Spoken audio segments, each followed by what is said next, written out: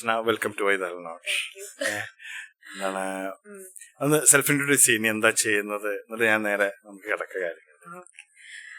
എന്റെ പേര് ആഷ്ന, ഞാന് മമ്പാടാണ് സ്വദേശം.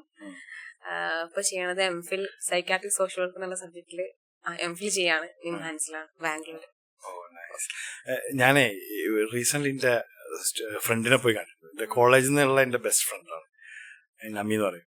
Shout out Nami. അപ്പൊ നമി ഇപ്പൊ വർക്കിംഗ് മോമാണ്. കുട്ടിക്ക് 2 വയസ്സ് ആവുന്നുള്ളു. അപ്പൊ അവള് വലിയൊരു ഡിലേമയിൽ പോയിക്കൊണ്ടിരിക്കുകയാണ്. ലൈക്ക് അവള് എന്താണ് എന്നോട് പറഞ്ഞു, ജോലിക്ക് മര്യാദക്ക് പോകാൻ പറ്റുന്നില്ല. കാരണം എപ്പോൾ ജോലിക്ക് പോകുമ്പോഴും എന്താ പറയാ കുട്ടിനെ പറ്റിയാ ചിന്തിക്കുന്നത്. ജോലിയിൽ പോയി ഇരിക്കുമ്പോ കുട്ടിനെ പറ്റിയാ ചിന്തിക്കുന്നത് എപ്പോഴും. പിന്നെ അതേപോലെ ഇപ്പൊ അടുത്ത് കുട്ടിക്ക് അസുഖം ഉണ്ടായപ്പോ ഇവള് പെട്ടെന്ന് ജോലി കഴിഞ്ഞ് കേറി വരികയാണ്. കുട്ടീനെ കണ്ടപ്പോ ചെറിയ കുട്ടി 2 വയസ്സാവുന്നേ ഉള്ളൂ. കുട്ടി അമ്മനെ കണ്ടിട്ട് തല അങ്ങോട്ട് മാറ്റി. ലൈക്ക് അമ്മ കേറി വരുമ്പോ കുട്ടി വെൽക്കം ചെയ്യാൻ കുട്ടി തല അങ്ങോട്ട് ചിരിക്കുക. അത് ഭയങ്കര ഫീൽ ചെയ്തോ അവൾക്ക്. അപ്പൊ എന്താ ചെയ്യേണ്ടത്? ലൈക്ക് ഒരു വലിയൊരു ഒരു സൈഡ് പറയുന്നുണ്ട് വീട്ടിലിരുന്ന് കുട്ടീനെ നോക്കണമെന്ന്, പക്ഷെ ജോലിക്ക് പോവും വേണം. അത് കാരണം ഇപ്പത്തെ ഇതില് 2 പാരന്റ്സ് വർക്ക് ചെയ്താലേ വരെ കൊണ്ടുപോകാൻ പറ്റുള്ളൂ എന്ന രീതിയിലാണ് പോകുന്നത്. അപ്പൊ എന്നോട് സംസാരിച്ചപ്പോഴാണ് എനിക്ക് കുറച്ചെങ്കിലും ഒരു ഗ്രാസ്പ് കിട്ടിയത് എന്താ നടക്കുന്നത്. എന്താ ഞാൻ എന്റെ ഫ്രണ്ടിന് എന്താ ഞാൻ പറഞ്ഞു കൊടുക്കേണ്ട അഡ്വൈസ് എന്താന്നുള്ളതാണ് ഞാൻ ചോദിക്കുന്നത്. ഫസ്റ്റത്തെ എന്ന് പറഞ്ഞു കഴിഞ്ഞാലത് ഇൻഡിവിജ്വൽ എങ്ങനെ പറയും, അതായത് ഇവ പറഞ്ഞൊരു കണ്ടീഷൻ എന്ന് പറഞ്ഞാല് വർക്കിംഗ് പാരന്റ്സ്, അതുപോലെ വീട്ടിൽ നോക്കാൻ ആളില്ല, ഒരു പ്രൈമറി കെയർ ഗീവർ അമ്മ എന്നുള്ള സ്ഥലത്ത് നിന്ന് വേറെ ഏതെങ്കിലും വ്യക്തികളാവാം. ഒരു ഡേ കെയറിലെ ടീച്ചേഴ്സ് ആയിരിക്കാം, അല്ലാന്നുണ്ടെങ്കിൽ ഗ്രാൻഡ് പാരന്റ്സ് ആയിരിക്കാം, ഫാമിലിയിൽ തന്നെ വേറെ ആരെങ്കിലും എക്സാക്ട്. അപ്പൊ അല്ലെങ്കിൽ ഹസ്ബൻഡ് ആയിരിക്കാം. അങ്ങനെയുള്ള പ്രൈമറി കെയർ ഗീവർ എടുത്ത് ആരെടുത്താണോ കുട്ടികൾക്കുള്ള അറ്റാച്ച്മെന്റ് അവിടെ കാണിക്കുന്നത്. അപ്പം ഈ അറ്റാച്ച്മെന്റ് എന്നുള്ളത് ഒരു പാരന്റിങ് ഇതിൽ വളരെ ഇമ്പോർട്ടന്റ് ആയിട്ടുള്ള കാര്യമാണ്. അപ്പം അതായത് പാരന്റിങ് എന്നല്ല, എല്ലാ തരത്തിലും ഒരു വ്യക്തിയുടെ വളർച്ചയ്ക്ക് വളരെ ഇമ്പോർട്ടന്റ് ആയിട്ടുള്ള ഒരു കാര്യമാണ് അറ്റാച്ച്മെന്റ്, പ്രൈമറി അറ്റാച്ച്മെന്റ്. അതായത് എനിക്കൊക്കെ നോക്കുകയാണെങ്കിൽ മദർന്ന് കിട്ടിയ അറ്റാച്ച്മെന്റ് എപ്പോഴും. അത് പറയാൻ കാരണം എന്താ വെച്ചാൽ നമ്മളെപ്പോഴും പറഞ്ഞൊരു കാര്യമാണ്, നമ്മള് നല്ലൊരു കുട്ടിക്കാലം ഉണ്ടെങ്കിൽ നമുക്കൊരു നല്ലൊരു അഡോളസൻസ്, അഡൾട്ട്ഹുഡ്, വാർദ്ധക്യം വരെ ഒരു കുട്ടിക്കാലത്തിന് വളരെ ഒരു ടെമ്പറമെന്റ് എന്ന് പറയുന്നത്. കുട്ടിക്കാലത്ത് നമ്മുടെ പേഴ്സണാലിറ്റി എപ്പോഴും പറയാം 18 വയസ്സിന് ശേഷമുള്ള കാര്യമാണ്. അപ്പൊ 18 വയസ്സിന് താഴെയുള്ള ആളുകളെ കുട്ടികളുടെ കാര്യങ്ങളൊക്കെ ടെമ്പറമെന്റ് എന്ന് പറയാം. അതിനെ നിർണ്ണയിക്കുന്നത് ഈ അറ്റാച്ച്മെന്റ് അല്ലെങ്കിൽ പാരന്റ്സിന്റെ റോള് വളരെ ഇമ്പോർട്ടന്റ് ആണ്. ഓക്കെ, പാരന്റിങ് എന്ന് പറഞ്ഞു കഴിഞ്ഞാൽ ചെറിയ കാര്യമില്ല, അപ്പൊ പെട്ടെന്നൊരു ഉത്തരം പറഞ്ഞുതരാൻ പറ്റുന്ന ഒരു കാര്യമില്ല. അപ്പൊ അതിനൊരു എന്താ പറയാ റാഷണലേ കൊടുക്കണം. പാരന്റിങ് ഈ രീതിയിൽ പോയി കഴിഞ്ഞാൽ ഇതിനൊരു പൊട്ടൻഷ്യൽ കോൺസിക്വൻസസ് ഉണ്ടെന്ന് മനസ്സിലാക്കി കൊടുക്കണമെന്നുണ്ടെങ്കിൽ വേറെ കുറെ ഏരിയാസ് കണക്ട് ചെയ്യുന്നതായിട്ട്. അപ്പൊ അങ്ങനെയാണ്. ഇപ്പൊ ഈ പാരന്റിങ്ങിനെ പറ്റിയൊക്കെ ഇപ്പൊ വല്ലാതെ സംസാരിക്കുമ്പോഴേ എന്റെ നാട്ടിലെ ഇപ്പൊ ഞങ്ങളൊക്കെ ഇത് പഠിച്ചിട്ടാണോ അങ്ങോട്ട് ഉണ്ടായിക്കോളും എന്നുള്ള രീതിയിലാണ് നമ്മളെ പാരന്റ്സ് ഒക്കെ അങ്ങനെയല്ലേ ചെയ്തിട്ടുള്ളത് എന്നുള്ള രീതിയിൽ ഇത് ഇപ്പൊ പഠിച്ചിരിക്കേണ്ട ഒരു കാര്യമാണോ എന്നുള്ള രീതിയിലും ചോദ്യം ചോദിക്കുന്നത്. പക്ഷെ സയന്റിഫിക് ആയിട്ട് ശരിക്കും അതിനൊരു കുഴപ്പമില്ലാത്ത രീതിയിൽ നമുക്കൊരു നല്ലൊരാളെ വാർത്തെടുക്കാനുള്ള ഒരു സയന്റിഫിക് ആയിട്ടുള്ള ഒരു ഇതുണ്ടോ, ഒരു വഴി ഉണ്ടോ? യെസ്, അങ്ങനെ ചോദിച്ചു കഴിഞ്ഞാൽ ഉണ്ട്. പക്ഷെ എന്താ പാരന്റിങ് സ്റ്റൈൽസ് എന്ന് പറയുന്നത്, ഈ പാരന്റിങ് സ്റ്റൈൽ എന്ന് പറഞ്ഞാൽ ബേസിക്കലി ഒരു എവിഡൻസ് ബേസ്ഡ് സ്റ്റഡിയുടെ പ്രകാരം കൊണ്ടുവന്നിട്ടുള്ള 4 ടൈപ്പ് പാരന്റിങ് ആണ്. ഓക്കെ, അപ്പൊ ഈ 4 ടൈപ്പിലും ഇപ്പം നമുക്ക് ഇന്ന തന്നെ കൊണ്ടുപോകാൻ പറ്റുമെന്നൊന്നുമില്ല. ഒരു എന്താ പറയാ, ഒരു പാരന്റിങ് എന്ന് പറഞ്ഞാൽ എപ്പോഴും നമുക്ക് പറയാൻ പറ്റിയതിനൊരു നമ്മളൊരു മാം പറയുന്നത് ഇതൊരു ഇന്റർപേഴ്സണൽ ഡാൻസ് ആണ്. അതായത് പാരന്റ്സ് തമ്മിലുള്ളൊരു നല്ല രീതിയിൽ അത് താളത്തോടു കൂടി രണ്ടുപേരും ഒരുമിച്ച് പോവാന്നുണ്ടെങ്കിൽ അത് കാണാൻ നല്ല ഭംഗിയായിരിക്കും. അല്ലാന്നുണ്ടെങ്കിൽ എന്താണ്, ഡാൻസ് ഇച്ചിരി കോൺഫ്ലിക്റ്റ് ആവാണ്, ഒരാൾക്ക് കാര്യമായിട്ട് അറിയില്ല, ഒരാൾക്ക് കുറച്ചറിയാം, ഒരു ഇംബാലൻസ് വരുമല്ലോ. അങ്ങനത്തെ കാര്യങ്ങൾ ബേസിക്കലി ഒരു ഇന്റർപേഴ്സണൽ ഡാൻസ് ആണ് ഈ പാരന്റിങ്ങിന്. കുട്ടിയും പാരന്റ്സ് തമ്മിലുള്ള അല്ലെങ്കിൽ അങ്ങനെയുള്ളൊരു ഇത് കുട്ടിക്ക് വേണ്ടിട്ട് പാരന്റ്സ് തമ്മിൽ ഡാൻസ് ചെയ്യാം, അങ്ങനെയാണ്. അപ്പൊ അങ്ങനെയുള്ള ഇന്റർപേഴ്സണൽ ഡാൻസ് ആണ് എപ്പോഴും പറഞ്ഞു കേൾക്കാറുണ്ട്. ഡാൻസ് കളിച്ചിട്ട് കുട്ടീനെ റീസാക്കാന്നുള്ള അതായത് ഈ ഡാൻസ് എന്നുള്ള ലിറ്ററലി ഡാൻസ് മീൻ ചെയ്യില്ല. അതിനെന്താണെങ്കിലും കമ്മ്യൂണിക്കേഷൻ എന്നുള്ളൊരു എലമെന്റ് വരും, അല്ലാന്നുണ്ടെങ്കിൽ ബൗണ്ടറീസ് വരും, അല്ലാന്നുണ്ടെങ്കിൽ കുട്ടികളെ എന്താ പറയാ ഓപ്പൺനെസ്, അല്ലാന്നുണ്ടെങ്കിൽ അവർ തമ്മിൽ റിലേഷൻഷിപ്പ്, അതിൽ ഇമോഷൻസ്, അങ്ങനെ ഒരുപാട് കാര്യങ്ങൾ അതിൽ വരുന്നുണ്ട്. നമുക്ക് ഇതിനൊരു ലിറ്ററലി കറക്റ്റ് സ്ഥലത്ത് പിൻ പോയിന്റ് ചെയ്യാൻ പറ്റില്ല. പിന്നെ അത് വേറെ ഉദാഹരണം പറയുന്നുണ്ടെങ്കിൽ നമ്മളെ കയ്യിലുള്ള കൈറ്റ് പട്ടം പോലെയാണ് ശരിക്കും പറഞ്ഞു കഴിഞ്ഞാല് ഈ പാരന്റിങ് എന്നാ പറയാ. അപ്പൊ വെച്ചാൽ നമ്മളെ കയ്യിൽ എന്താണ് എപ്പോഴും ഒരു പട്ടത്തിനൊരു പിടുത്തം നമ്മളെ കയ്യിലുണ്ടാവും. നമ്മൾ മൊത്തത്തിൽ വിടില്ല. നമ്മളെ കയ്യിൽ ഒരു പകുതി അതിന്റെ ഒരു എൻഡ് എന്ന് പറഞ്ഞാൽ നമ്മളെ കയ്യിലാണ്, പക്ഷെ പറക്കാൻ നമ്മൾ അനുവദിക്കും. അതുപോലെ ആയിരിക്കണം പാരന്റിങ് എന്ന് വായിച്ചു കേട്ടിട്ടുണ്ട്. പക്ഷെ ഈ പട്ട എപ്പോഴും പിടിച്ചോണ്ടിരിക്കണം എന്നുള്ളൊരു ചോദ്യമുണ്ട്. അതൊരു ചോദ്യമാണ്. അല്ലേ? അങ്ങനെയാണ് പൊതുവെ പറയുക. ഒരു കുട്ടികൾ ഇപ്പം നമ്മള് കുട്ടികൾ എന്ന് പറയപ്പോഴും 18 വയസ്സിന് താഴെയുള്ള ആൾക്കാരാണ്. അപ്പൊ ആ ചില സമയങ്ങളിൽ നമ്മൾ വേണ്ട രീതിയിലുള്ള ഒരു ഗൈഡ് ലൈൻസ് കൊടുക്കേണ്ടി വരും. അല്ലാന്നുണ്ടെങ്കിൽ ഗൈഡൻസ് കൊടുക്കേണ്ടി വരും. അല്ലാന്നുണ്ടെങ്കിൽ എന്താണ് എവിടെ ഈ ബൗണ്ടറീസ് സെറ്റ് ചെയ്യേണ്ടി വരും, എവിടെ വരെ പോവാം, റൂൾസ് കൊടുക്കേണ്ടി വരും. അപ്പൊ ഈ കാര്യങ്ങളൊക്കെ ഉണ്ടെങ്കിലാണ് കുട്ടികൾ ആ രീതിയിൽ എന്താ പറയുക ഷേപ്പ് ചെയ്യാൻ പറ്റത്തുള്ളൂ. അപ്പൊ അതാണ് ഞാൻ പറഞ്ഞ ഡിഫറെന്റ് സ്റ്റൈൽസ് ഉണ്ട്. ഇതിനർത്ഥം ഇത് ശരിയാണ് ഇത് തെറ്റാണ് അങ്ങനെ പറയാൻ പറ്റത്തില്ല. പക്ഷെ ഇതിനൊക്കെ എന്ന് പറഞ്ഞു കഴിഞ്ഞാല് ആ കുട്ടിയുടെ എന്താ പറയാ ടെമ്പറമെന്റിൽ എന്തെങ്കിലും വൾണറബിലിറ്റീസ് ഉണ്ടെന്നുണ്ടെങ്കിൽ ടെമ്പറമെന്റ് ഞാൻ പറഞ്ഞു 18 താഴെയുള്ള കുട്ടികളെ നമ്മൾ 9 ഏരിയാസ് വെച്ചിട്ടാണ് അതിന് കണക്കാക്കുക എന്ത് തരത്തിലാണ് ആ കുട്ടി ടെമ്പറമെന്റിൽ പെടുന്നത്. അപ്പൊ ആ കുട്ടിക്ക് എന്തെങ്കിലും തരത്തിലുള്ള വൾണറബിലിറ്റീസ് ഉണ്ട്, ബുദ്ധിമുട്ടുണ്ട് എന്നുണ്ടെങ്കിൽ ഈ പാരന്റിങ് കൃത്യമായിട്ട് പോയിട്ടില്ല. ഈ 4 രീതിയിൽ നമ്മൾ ചൂസ് ചെയ്താൽ നന്നായിരിക്കും കുട്ടിക്ക്. ഓക്കെ, എല്ലാ കുട്ടികളും ഇങ്ങനെ വൾണറബിൾ ആണെന്നൊക്കെ പറയാൻ പറ്റത്തില്ല. പക്ഷെ ചില കുട്ടികൾക്ക് എന്താ പറയാ IDD ഇന്റലക്ച്വൽ ഡിസാബിലിറ്റി ഉള്ള കുട്ടികൾ, ഇന്റലക്ച്വൽ ഡിസാബിലിറ്റി, അതുപോലെ എന്താ പറയാ എന്തെങ്കിലും സൈക്കാട്രിക് കണ്ടീഷൻസ് ഉള്ള കുട്ടികൾ, അല്ലാന്നുണ്ടെങ്കിൽ എന്താ പറയാ വേറെ എന്തെങ്കിലും ബിഹേവിയർ പ്രോബ്ലംസ് ഉള്ള കുട്ടികൾ, ഇങ്ങനെയുള്ള കുട്ടികൾക്ക് നമ്മൾ എന്ത് ചെയ്യണം, അത് നമ്മളൊന്ന് ടൈലർ മെയ്ഡ് ചെയ്തേണ്ടി വരും. പാരന്റിങ് സ്റ്റൈൽ എന്ന് പറഞ്ഞാൽ നമുക്ക് ഇപ്പം 4 ടൈപ്പുകൾ ഞാൻ പറയാം അതിലേക്ക് വരാം. ഇപ്പൊ 4 ടൈപ്പുള്ള പാരന്റിങ് ഉണ്ടെന്ന് പറയുമ്പോൾ ഇതുപോലെ തന്നെ ഫോളോ ചെയ്യണമെന്നൊന്നുമില്ല. ഈ ഒരേ ടൈപ്പേ കൊണ്ടുപോകാൻ പാടുള്ളൂന്നില്ല. നമ്മളിത് മിക്സ് ചെയ്തിട്ട് ഏതൊക്കെ ഏരിയയിൽ എവിടെ കൊടുക്കണം എവിടെ കൊടുക്കരുത്, അല്ലെങ്കിൽ ഏതൊക്കെ റെസ്ട്രിക്ഷൻസ് വെക്കണം എന്നുള്ള കാര്യങ്ങളോട് കൂടിയിട്ട് ചെയ്യേണ്ട ഒരു കാര്യമാണ്. പേഴ്സണലി അല്ലെങ്കിൽ ഞാൻ വായിച്ചത് നമുക്ക് മനസ്സിലായത് എന്തൊക്കെയാണത്. അത് ഒന്നെന്ന് പറയുന്നത് യൂഷ്വലി സ്റ്റഡിയുടെ ഭാഗമായിട്ട് ഉള്ളത് ഇതാണ് കേട്ടോ. അത് ഞാൻ പറയണത് ഞാൻ വായിച്ച ആർട്ടിക്കിൾസിന്റെ അല്ലെങ്കിൽ വായിച്ച ബുക്കിന്റെ ആണെങ്കിൽ അല്ലെങ്കിൽ ഞാൻ കണ്ട കേസുകളുടെ ആ ഒരു എക്സ്പീരിയൻസിന്റെ ബേസിലാണ് ഞാൻ കാര്യങ്ങൾ പറയുന്നത്. ഇതൊരു എപ്പോഴും ഇങ്ങനെയുള്ള ടോക്കുകൾ എപ്പോഴും സബ്ജക്റ്റീവ് ആണ്. ചില ആൾക്കാരുടെ പേഴ്സണൽ വ്യൂസ് അതിൽ വരാം, ചില ആൾക്കാർക്ക് ഇത് തികച്ചും വർക്ക് ചെയ്യാത്ത ആൾക്കാരുണ്ടാവും അല്ലേ. അപ്പൊ ഞാൻ ഇതിന്റെ ഭാഗമായിട്ടാണ് പറയുന്നത്. ബേസിക്കലി ഉള്ളത് 4 തരത്തിലുള്ള പാരന്റിങ് സ്റ്റൈൽസ് ആണ്. ഒന്ന് അതോറിറ്റേറ്റീവ് എന്ന് പറയും, അതോറിറ്റേറിയൻ ഉണ്ട്, പിന്നെ ഒന്ന് പെർമിസീവ് പാരന്റിങ് ഉണ്ട്, പിന്നെ ഒന്ന് അൺഇൻവോൾവ് പാരന്റിങ്. ഇങ്ങനെ 4 തരത്തിലുള്ളതാണ് ബേസിക്കലി എന്നുള്ളത് പാരന്റിങ് സ്റ്റൈലിൽ. അപ്പൊ അതില് അതോറിറ്റേറിയൻ പാരന്റിങ് ആണെന്നുണ്ടെങ്കിൽ എപ്പോഴും അവിടെ ഒട്ടും ചൈൽഡ് സെന്റേർഡ് ആയിരിക്കില്ല. പാരന്റ്സ് ആയിരിക്കും എല്ലാ കാര്യത്തിലും ഡെസിഷൻ എടുക്കുക. ഭയങ്കര അൺവാണ്ടഡ് റൂൾസ് അല്ലെങ്കിൽ അൺവാണ്ടഡ് ആയിട്ടുള്ള റെസ്ട്രിക്ഷൻസ് കുട്ടിയുടെ മേലെ എപ്പോഴും ഉണ്ടാവും. അങ്ങനെയാകുമ്പോൾ എന്താ പാരന്റ്സ് നമുക്ക് എന്തൊരു പ്രശ്നം എന്ന് വെച്ചാൽ നമുക്ക് ഒരാളെയും ഒന്നിനും കുറ്റപ്പെടുത്താൻ പറ്റില്ല. എല്ലാവർക്കും ഈ കുട്ടിക്കാലം അങ്ങനെയുള്ള ബുദ്ധിമുട്ടുണ്ടാവും അവരെന്നാണല്ലോ പാരന്റ്സിന് അങ്ങനെയാണ് വന്നിട്ടുള്ളത്. അപ്പൊ അങ്ങനെ അവരെന്തായിരിക്കും ഓവർ പ്രൊട്ടക്റ്റീവ് ആയിട്ടോ അല്ലാന്നുണ്ടെങ്കിൽ അവർക്ക് അതിനുള്ള റീസൺസും നികത്താൻ കാണും. അപ്പൊ അവര് എന്ത് ചെയ്യും ഒന്നും കൂടെ ഭയങ്കര സ്ട്രിക്റ്റ് ആയിട്ട് റിജിഡ് ആയിട്ട് കമ്മ്യൂണിക്കേറ്റ് ചെയ്യാൻ പറ്റാണ്ട് അങ്ങനെയുള്ള കുട്ടികൾക്ക് ഭയങ്കര എപ്പോഴും കമ്പയർ ചെയ്യുക. അങ്ങനെ കുട്ടികളടുത്ത് അങ്ങനെ സ്ട്രോങ് ആയിട്ട് നിൽക്കുന്ന കുട്ടികൾക്ക് ഭാവിയില് കുറച്ച് ബിഹേവിയർ ഇഷ്യൂസ് വരാൻ യൂഷ്വലി ഇപ്പൊ അങ്ങനെയുള്ള ഈ അതോറിറ്റേറിയൻ പാരന്റിങ് സ്റ്റൈലിലുള്ള കുട്ടികൾക്ക് ബുദ്ധിമുട്ട് വെച്ചാല് അവർക്കൊരു കോൺഫിഡൻസ് ഉണ്ടാവില്ല. സ്വാഭാവികമായിട്ട് എപ്പോഴും ക്രിട്ടിക്കൽ ആയിരിക്കും പാരന്റ്സ്. അവരെ കണ്ടുപിടിക്കും ഇവരെ കണ്ടുപിടിക്കും, കമ്പാരിസൺ ഉണ്ടാവും. സ്ട്രിക്റ്റ് ആകുമ്പോൾ നമുക്ക് അവിടെ ഒരിക്കലും എനിക്ക് ഡിസിഷൻ എടുക്കാന്നുള്ള ഒരു ഓപ്ഷൻ കൊടുക്കുന്നില്ല. പാരന്റ്സ് ആണ് എപ്പോഴും ഡിസിഷൻ എടുക്കണം. അപ്പൊ അങ്ങനെയുള്ള കുട്ടികൾക്ക് സ്വാഭാവികമായിട്ടും ഡിസിഷൻ മേക്കിങ്ങില് പ്രോബ്ലം സോൾവിങ്ങില് അങ്ങനെയൊക്കെ പ്രശ്നങ്ങൾ ഉണ്ടാവാൻ ചാൻസ് ഉണ്ട്.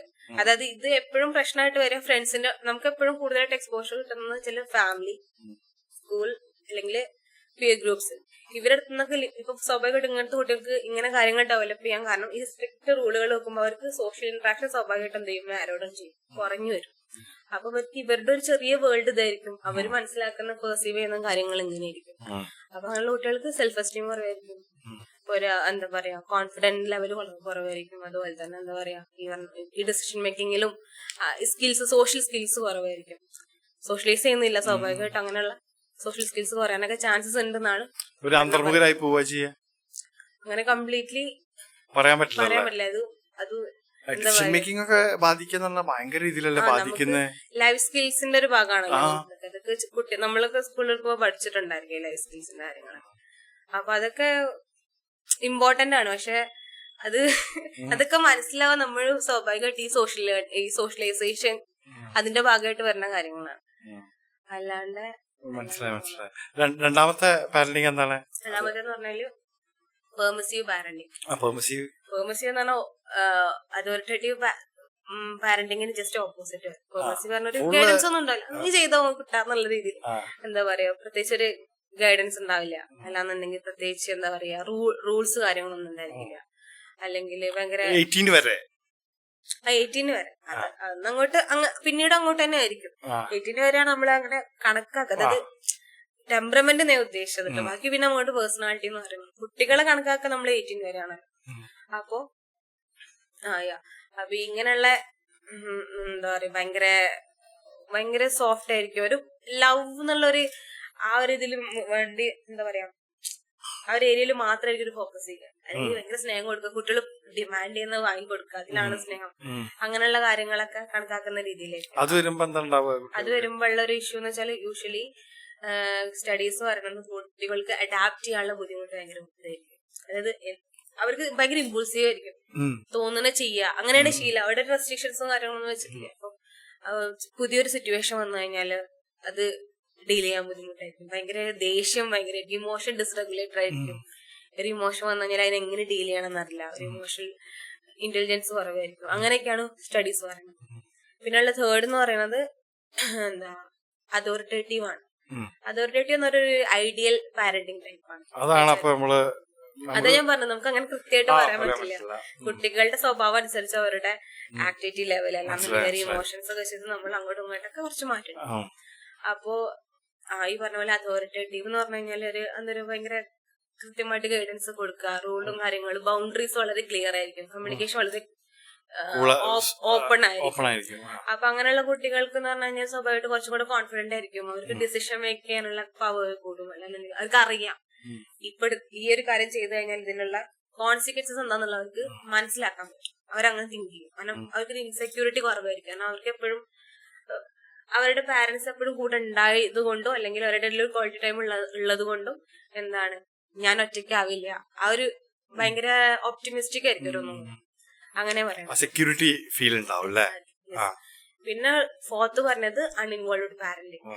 അതെന്ന് പറഞ്ഞു കഴിഞ്ഞാല് ഈ ബിസി എന്താ പാരന്റ്സ് അല്ലെങ്കിൽ വർക്കിംഗ് വുമൺ ഫാദർ എന്നൊക്കെ ഉള്ള ആൾക്കാർക്ക് സ്വാഭാവികമായിട്ടും രണ്ടുപേരും നല്ല ബിസി, മൾട്ടിപ്പിൾ റോളല്ല അവര് ഒരു സമയം നടക്കുന്നത്. പാരന്റ് ആയിട്ട് നിൽക്കണം, ഹസ്ബൻഡ് വൈഫ് എന്നുള്ള കാര്യങ്ങൾ നോക്കണം, അവരുടെ ഇൻലോസിന്റെ കാര്യങ്ങൾ അല്ലെങ്കിൽ ജോലിയിലുള്ള ആ പൊസിഷൻസ് എല്ലാം മെയിൻറ്റെയിൻ ചെയ്ത് വരുന്നതുകൊണ്ട് ആ ഒരു അൺഇൻവോൾവ്ഡ് പ്രാക്ടീസസ് ഒരുപാട് വരുന്നുണ്ട് കുട്ടികൾക്കിടയിൽ. അപ്പൊ അതൊരു അണ്ടർ സ്റ്റിമുലേറ്റഡ് കിഡ്സ് ആയിരിക്കും. അവർക്ക് സ്റ്റിമുലേഷൻ വേണ്ട രീതിയിൽ കിട്ടൂല. അതായത് സെൻസറി സ്റ്റിമുലേഷൻസ് പറയും, അത് കൃത്യമായിട്ട് കിട്ടൂല.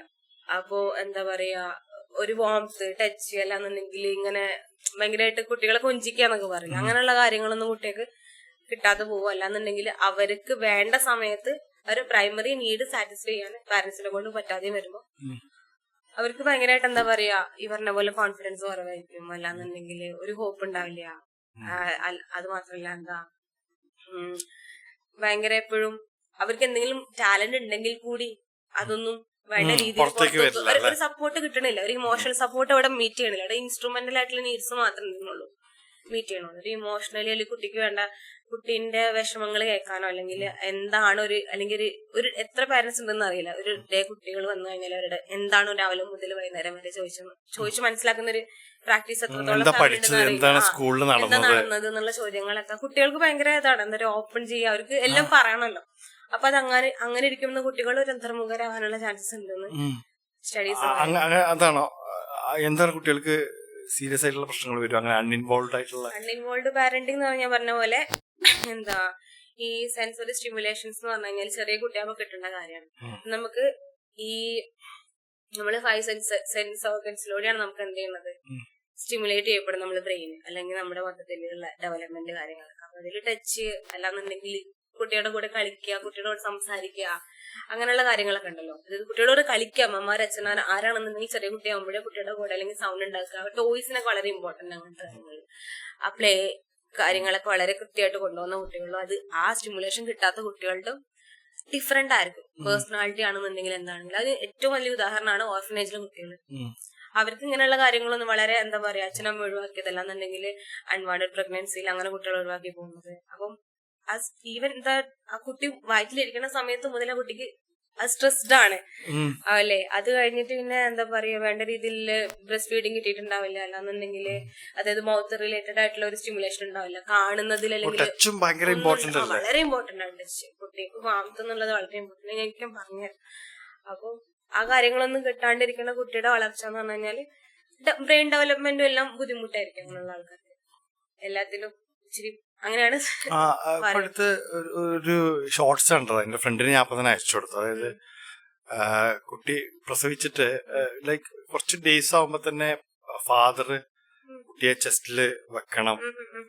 ലൈക്ക് നമ്മൾ വിചാരിക്കണ മാതിരിയല്ല, ഒരു കണക്ഷനെ കുട്ടിക്ക് ഫീൽ ചെയ്യുന്നു പറഞ്ഞിട്ട് പറഞ്ഞത്. അപ്പൊ ചെറുപ്പം ഈ 4-5 വയസ്സ് വരെ ശരിക്കും അതിന്റെ മുന്നേ ശരിക്കും ബ്രെയിന് ലേണിംഗ് തുടങ്ങുന്നില്ലേ കുട്ടിയായിരിക്കുമ്പോ തന്നെ 2-3 വയസ്സ് വളരെ യങ് ഏജ് തന്നെ ലേണിംഗ് തുടങ്ങുന്നില്ല. അല്ലെങ്കിൽ ഇതൊക്കെ നമ്മൾ സെറ്റാക്കി കൊണ്ടുവരണ്ടേ. അതൊരു സെക്യൂരിറ്റി ആണ് കുട്ടീന്റെ അടുത്തുണ്ട്. അല്ലെങ്കിൽ ഏറ്റവും ബേസിക് എന്ന് പറഞ്ഞാൽ കുട്ടിക്ക് ഫീഡ് കറക്റ്റ് സമയത്ത് ഫീഡ് ചെയ്യാന്നതിലുപരി കുട്ടിക്ക് അറിയണ സമയത്ത് ആരെങ്കിലും അടുത്തുണ്ടായിരിക്കുക എന്നുള്ളതാണ്. കുട്ടി അറ്റൻഡ് ചെയ്യണം. ആൾക്ക് വേണ്ട രീതിയിൽ സെക്യൂർഡ് ആണ്, എനിക്ക് ഒന്നും പ്രശ്നമൊന്നുമില്ല, എന്നെ നോക്കാൻ അടുത്ത ആളുണ്ടെന്നുള്ള കുട്ടികൾക്ക് അറിയാം. അപ്പൊ ആ ഒരു ട്രസ്റ്റ് ഇഷ്യൂ, ഒരു മിസ്ട്രസ് വരാണ്ടിരുന്നു കഴിഞ്ഞാൽ കുട്ടികള് ഈ അറ്റാച്ച്മെന്റിന് ചാൻസസ് കൂടുതൽ, ആ റപ്ചർ ഉണ്ടാവില്ല, അറ്റാച്ച്മെന്റ് റപ്ചേഴ്സ് ഉണ്ടാവില്ല. Make sense. പണ്ടൊക്കെ ഈ കൂട്ടുകുടുംബൊക്കെ ആവുമ്പോഴേ കരയുന്ന കുട്ടീനെ അറ്റൻഡ് ചെയ്യാൻ ആരെങ്കിലും ഉണ്ടാവും. എക്സാക്ട്ലി, അതെ അതെ, ആരെങ്കിലും ഉണ്ടാവും. അതായത് കുട്ടി കരഞ്ഞ അപ്പൊ ആരെങ്കിലും വന്നിട്ട് അറ്റൻഡ് ചെയ്യും. പക്ഷെ ഇപ്പോ ഈ സിംഗിൾ ഹൗസ് ഹോൾഡ്സ് ആയിട്ട് ശരിക്കും കരയുന്ന കുട്ടികൾ അറ്റൻഡ് ചെയ്യാൻ ആൾക്കാരില്ല എന്നുള്ളതാണ് സത്യം. അത് വലിയ പ്രശ്നങ്ങളിലേക്ക് മാറ്റൂലത്.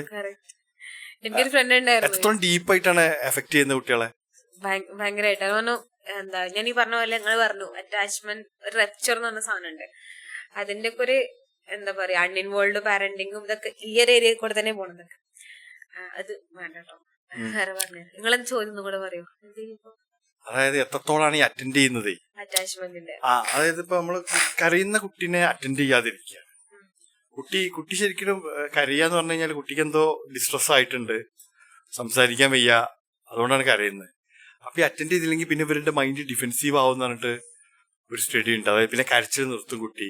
ആ ചെറുപ്പത്തിലല്ലേ 2 വയസ്സ് 1.5 വയസ്സിൽ തന്നെ കരച്ചിൽ നിർത്തിയിട്ട് പിന്നെ അങ്ങനെ ഇതായി പോകുന്ന പറഞ്ഞത്. അതായത് ഈ പറഞ്ഞ ട്രസ്റ്റ് ലോസ് ആയി പോകുന്ന, ട്രസ്റ്റ് പോയി ഇമോഷണലി ഡിസ്റെഗുലേറ്റഡ് ആവും, സെൻസിറ്റീവ് ആവും. ചിലപ്പോ അല്ലാന്നുണ്ടെങ്കിൽ എന്താ ഒരു ഒപ്റ്റിമിസ്റ്റിക് ആയില്ല, പെസിമിസ്റ്റിക് ആയിരിക്കും എപ്പോഴും. അങ്ങനെയുള്ള കാര്യങ്ങൾക്ക് ചാൻസ് ഉണ്ടാക്കിയിട്ടുണ്ടാവും.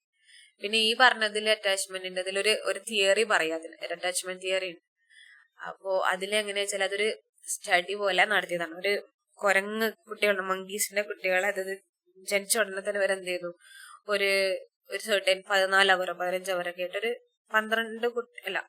8ഓളം കുട്ടികളെ അത് നമ്മൾ എന്ത് ചെയ്തു, ഒരു കേജിൽ വെച്ചിട്ട് അതിനവിടെ വെച്ചു കുറച്ച് സമയത്തേക്ക് അമ്മേന്റെ അടുത്ത് മാറ്റിയിട്ട്. അപ്പം ഈ കേജിൽ ചില 2 കുരങ്ങിന്റെ ഡമ്മി പോലെ ഉണ്ടാക്കിയിട്ടുണ്ട്. ഒന്ന് വെച്ചിട്ട് വയർ അല്ലെങ്കിൽ ഷാർപ്പായിട്ടുള്ള സാധനങ്ങൾ വെച്ചിട്ടാണ് ഉണ്ടാക്കിയിട്ടുള്ളത്. ഷാർപ്പ് വെച്ചാൽ അത്ര സോഫ്റ്റ് അല്ല, അങ്ങനത്തെ സാധനം വെച്ചിട്ടാണ് ഉണ്ടാക്കിയിട്ടുള്ളത്. അതിന്റെ കൂടെ ഫീഡ് ചെയ്യണ ഒരു മിൽക്കിന്റെ അതൊരു സാധനം വെച്ചിട്ടുണ്ട്.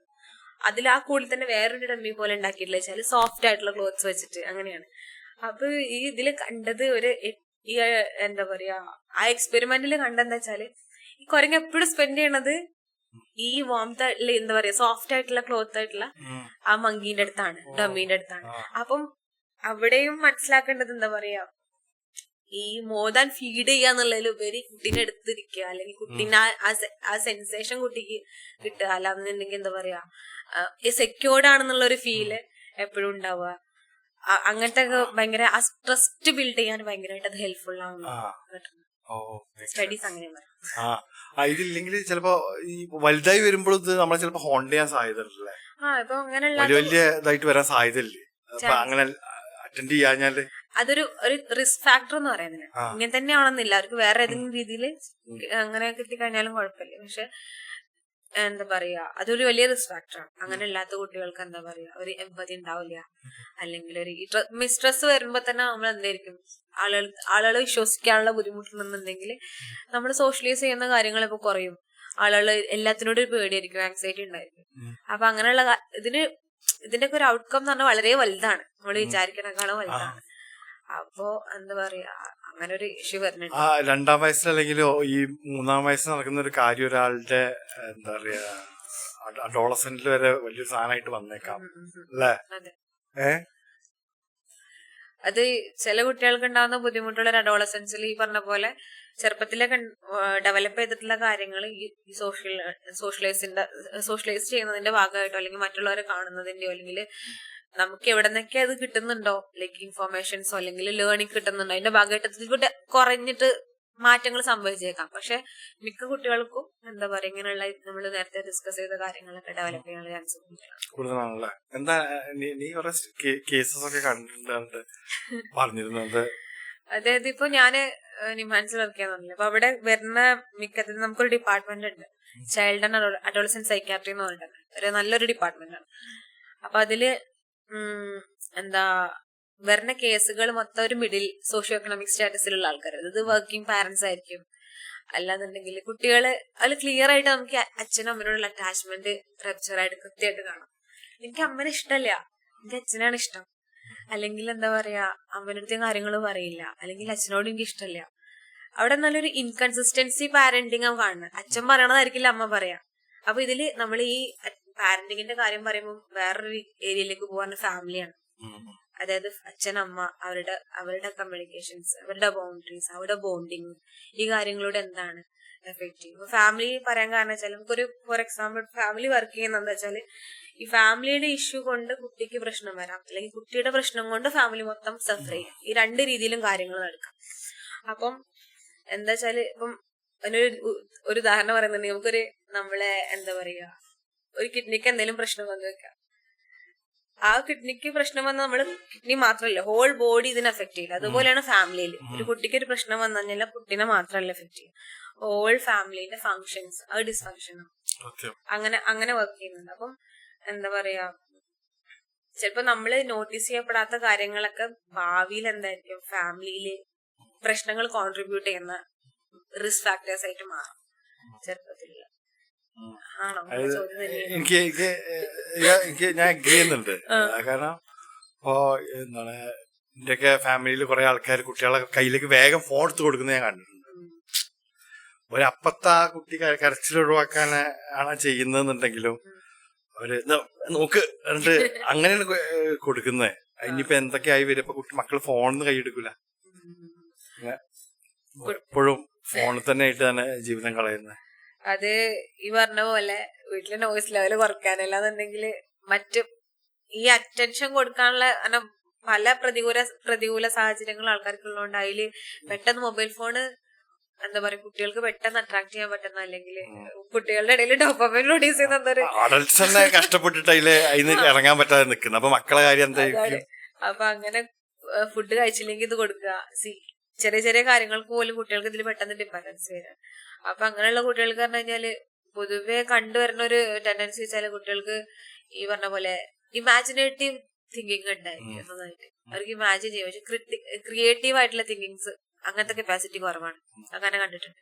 അപ്പൊ എന്താ വെച്ചാല് ഇപ്പൊ അക്കാഡമിക് പരമായിട്ട് ഇപ്പൊ നമുക്കറിയോ ഈ പാൻഡമിക്കിന് ശേഷം കൂടുതൽ ഓൺലൈൻ ക്ലാസ്സുകൾ അല്ലെങ്കിൽ അതിന്റെ വെർച്വൽ എന്താ പറയാ റിയാലിറ്റി ക്ലാസ് അല്ലെ ആ ലെവലിലും അല്ലെങ്കിൽ ഓൺലൈൻ പ്ലാറ്റ്ഫോമിൽ ഒത്തിരി ക്ലാസ്സസും കാര്യങ്ങളും അക്കാഡമിക് സെഷനിലാണ് നടക്കുന്നുണ്ട്. അപ്പൊ ഇതിൽ കാണിക്കുന്ന മിക്കപ്പോഴും 3D ലെവലുള്ള കാര്യങ്ങളായിരിക്കും. പക്ഷെ കുട്ടികൾക്ക് അത് കോംപ്രഹെൻഡ് ചെയ്യാൻ ഇപ്പം നമ്മൾ 2D കാണുമ്പോൾ നമുക്കത് പെട്ടെന്ന് മനസ്സിലാവാനുള്ള ബുദ്ധിമുട്ടുണ്ടാകും ചില കുട്ടികൾക്ക്.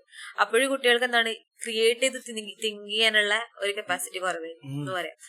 പിന്നൊരു സ്റ്റഡി പറയണെന്ന് വെച്ചാല് ഈ വീഡിയോ ഗെയിമിലേക്ക് കുട്ടികൾ പെട്ടെന്ന് മാറും.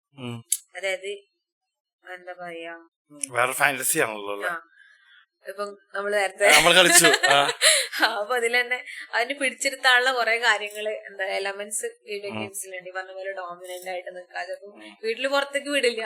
കുട്ടിനൊന്നും കൂടി ഇതിലേക്ക് വരാനുള്ള സാധ്യത ഉണ്ടാകും. പിന്നെന്ന് പറഞ്ഞാല് പല കുട്ടികൾക്കും ആളുകളോട് സംസാരിക്കാനുള്ള ഈ ഞാൻ പറഞ്ഞ പോലെ ഭയങ്കര പാരന്റ്സ് എപ്പോഴും ക്രിട്ടിക്കലായിട്ട് നിൽക്കുന്ന ഒരു പാരന്റിങ് സ്റ്റൈലാണ് ഫോളോ ചെയ്യുന്നതെന്നുണ്ടെങ്കിൽ ആ കുട്ടികൾക്ക് എപ്പോഴും ആളോട് സംസാരിക്കാനോ അല്ലാന്നുണ്ടെങ്കിൽ എന്താ പറയാ മിങ്കിൾ ചെയ്യാനൊക്കെ പേടിയായിരിക്കും, കോൺഫിഡന്റ് ഉണ്ടാവില്ല. സ്വാഭാവികമായിട്ട് സൊസൈറ്റിന്ന് അവർ ഒറ്റപ്പെട്ടിരിക്കും, ഒരു സോഷ്യൽ വിഡ്രോവൽ ആയിരിക്കും ഭയങ്കരമായിട്ട്.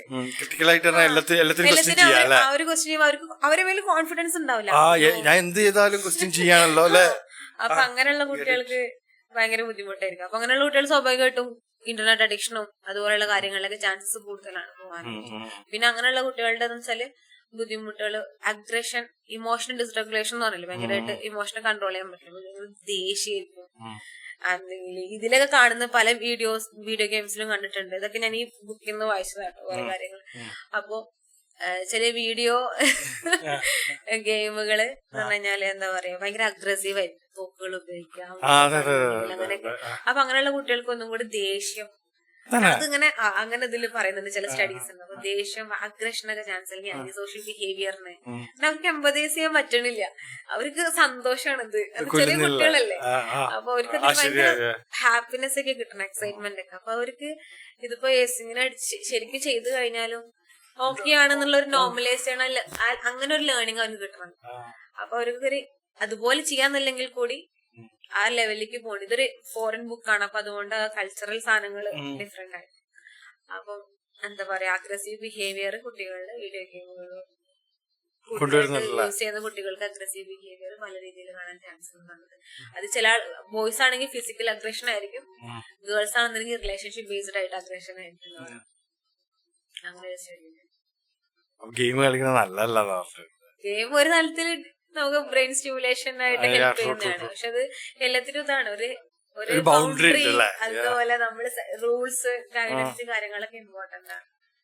ഇപ്പൊ നമ്മളെ ഒരു കുട്ടി ജനിച്ചാല് ചോദിക്കാണ്, അപ്പൊ ഒരു ഫസ്റ്റത്തെ ഈ ബേബി ഇരിക്കുന്ന സമയത്ത് 4-5 വയസ്സ് വരെ, എത്ര വയസ്സ് വരെയാണ് ടൈം ശരിക്കും? ഇപ്പൊ ഒരു ഇതിൽ തന്നെ വരുന്നുണ്ട് ഡിഫറെന്റ് ആയിട്ടുള്ള ഏരിയാസ്. ഇൻഫാൻസി, അങ്ങനെയുള്ള ആ ടൈമിൽ എന്താ നമ്മൾ വയബിൾ ആയിട്ടുള്ള സാധനം എന്താണെന്നുള്ളത്, അറ്റ്ലീസ്റ്റ് കുട്ടിനെ മനസ്സിലാക്കാൻ നമ്മൾ എന്താ ചെയ്യേണ്ടതെന്നുള്ളത്. കുട്ടിക്ക് എന്താ പറയാ, ഇപ്പൊ ഒരു 0 to 5 years നമ്മൾ എന്തൊക്കെ ടേക്ക് കെയർ ചെയ്യണം? കുറെ കാര്യങ്ങളുണ്ട്.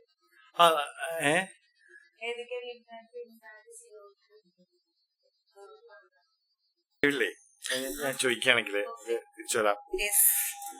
0 to 5 ഒരു 0 to 5 എന്നുള്ള ഒരു ഇത് ഞാൻ എന്റെ ഒരു ഇതിനു വേണ്ടി എടുത്താണ്. അത് കുട്ടികളെ ഞാൻ നോക്കുമ്പോ 5 വരെ സ്കൂളിലൊന്നും പോകുന്നില്ലല്ലോ, പിന്നല്ലേ സ്കൂളിലേക്ക് പോകുന്നത്.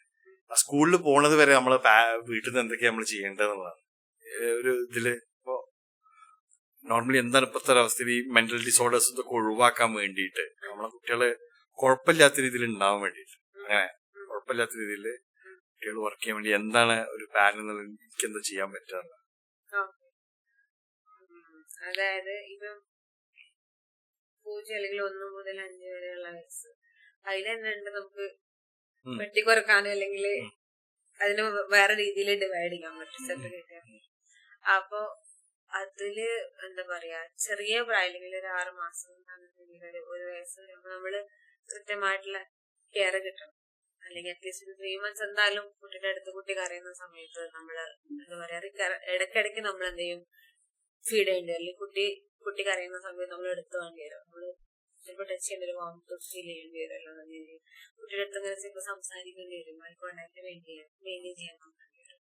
അല്ലെങ്കിൽ ടോയ്സ് ഒക്കെ വെച്ചിട്ട് ഇങ്ങനെ അറ്റൻഷൻ കൊടുക്കാൻ, അങ്ങനത്തെ കാര്യങ്ങളൊക്കെ കുട്ടിയുടെ കൂടി പറഞ്ഞ പോലെ കുട്ടിയെ ടച്ച് ചെയ്യുക, അങ്ങനെയുള്ള കാര്യങ്ങളൊക്കെ ചെയ്യണം. പണ്ടൊക്കെ പറഞ്ഞിട്ടില്ലേ, ഇപ്പൊ നമ്മളിങ്ങനെ ഈ കിടത്തി നമ്മള് എണ്ണയൊക്കെ തേച്ച് നന്നായിട്ട്, അത് ഭയങ്കര ഒരു കാലില് വെച്ച് കുളിപ്പിക്കുന്ന ആ കുട്ടീനെ ഭയങ്കര ഹോൾ ബോഡി നമ്മൾ ടച്ച് ചെയ്യുന്നുണ്ട്, നല്ല പ്രഷർ കൊടുക്കുന്നുണ്ട്. കുട്ടിക്ക് എന്താണ് അത് ഒരു ബ്രെയിൻ ഡെവലപ്മെന്റ് സ്റ്റിമുലേഷൻ ആവശ്യമാണ്. അല്ലാന്നുണ്ടെങ്കിൽ കുട്ടി പാട്ട് പാടി കൊടുക്കുക, അത് കേൾക്കുമ്പോൾ കുട്ടിയോട് സംസാരിക്കുക, എന്താണ് ചെവിയിലൂടെ അല്ലെങ്കിൽ അങ്ങനത്തെ സ്റ്റിമുലേഷൻസ് അവിടെ സംഭവിക്കുന്നുണ്ട്. അവിടെ അത് ബ്രെയിനുമായിട്ട് ഡെവലപ്പ് ചെയ്യുന്നത്. നമ്മൾ ഈ സെൻസറീസിലൂടെയാണ്, 5 organs നമുക്ക് വേണ്ടതില്ല എക്സ്റ്റേണൽ കാര്യങ്ങൾ നമ്മൾ ബ്രെയിൻ ഡെവലപ്മെന്റിന് ഹെൽപ്പ് ചെയ്യും. അപ്പൊ അതുപോലെ എന്താണ് കുട്ടിയുടെ ചെയ്യാൻ നല്ല ടാക്ടൈൽ ആയിട്ടുള്ള കാര്യങ്ങൾ, ടാക്ടൈൽ സെൻസേഷൻ കിട്ടുന്നുണ്ട്. അല്ലാന്നുണ്ടെങ്കിൽ ഫുഡ് ഡിഫറെന്റ് ടേസ്റ്റ് നമ്മൾ കൊടുക്കുന്നുണ്ട്. പണ്ടൊക്കെ എന്തൊക്കെ അരച്ച കൊടുക്കായിരുന്നു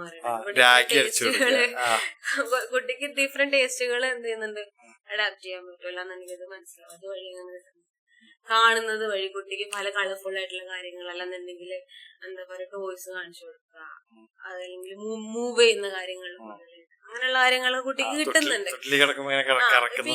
ഈ കാര്യങ്ങളൊക്കെയാണ് ചെറിയ ഈ 6 months അല്ലെങ്കിൽ കറക്റ്റ് ടൈം ഡ്യൂറേഷൻ പറയാൻ എനിക്ക് കൃത്യമായിട്ട് അറിയാം.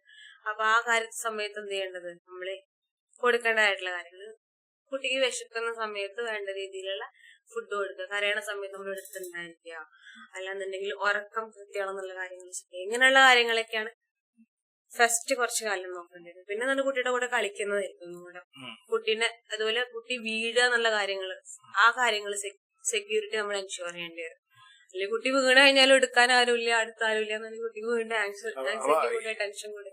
ചില പാരന്റ്സ് ഉണ്ടല്ലോ, വീണ കുട്ടി എണീറ്റ് പഠിക്കട്ടെ, അതോ ചെറിയ വീഴ്ചകൾ എന്ന് പറഞ്ഞാൽ കുട്ടിക്ക് ഇപ്പൊ ഒരു കുട്ടി കുറെ മോളിന്ന് വീണു അല്ലെങ്കിൽ വേദനയായി, അങ്ങനെയുള്ള ആ സമയത്തുള്ളതും മേലെന്ന് വീടിന്റെ മേലെന്ന് വീഴണ്ടല്ലോ അല്ലെ, ചെറിയ അതേ സമയത്ത് വേദന എടുക്കാന്നുണ്ടെങ്കിൽ ആ സമയത്ത് അവിടെ വേണ്ടേ, അപ്പോഴും എണീറ്റ് പോന്നോട്ടെന്ന് പറഞ്ഞാൽ കുട്ടിക്ക് ഇൻട്രസ്റ്റ് പോകുന്ന കാര്യം തന്നെ.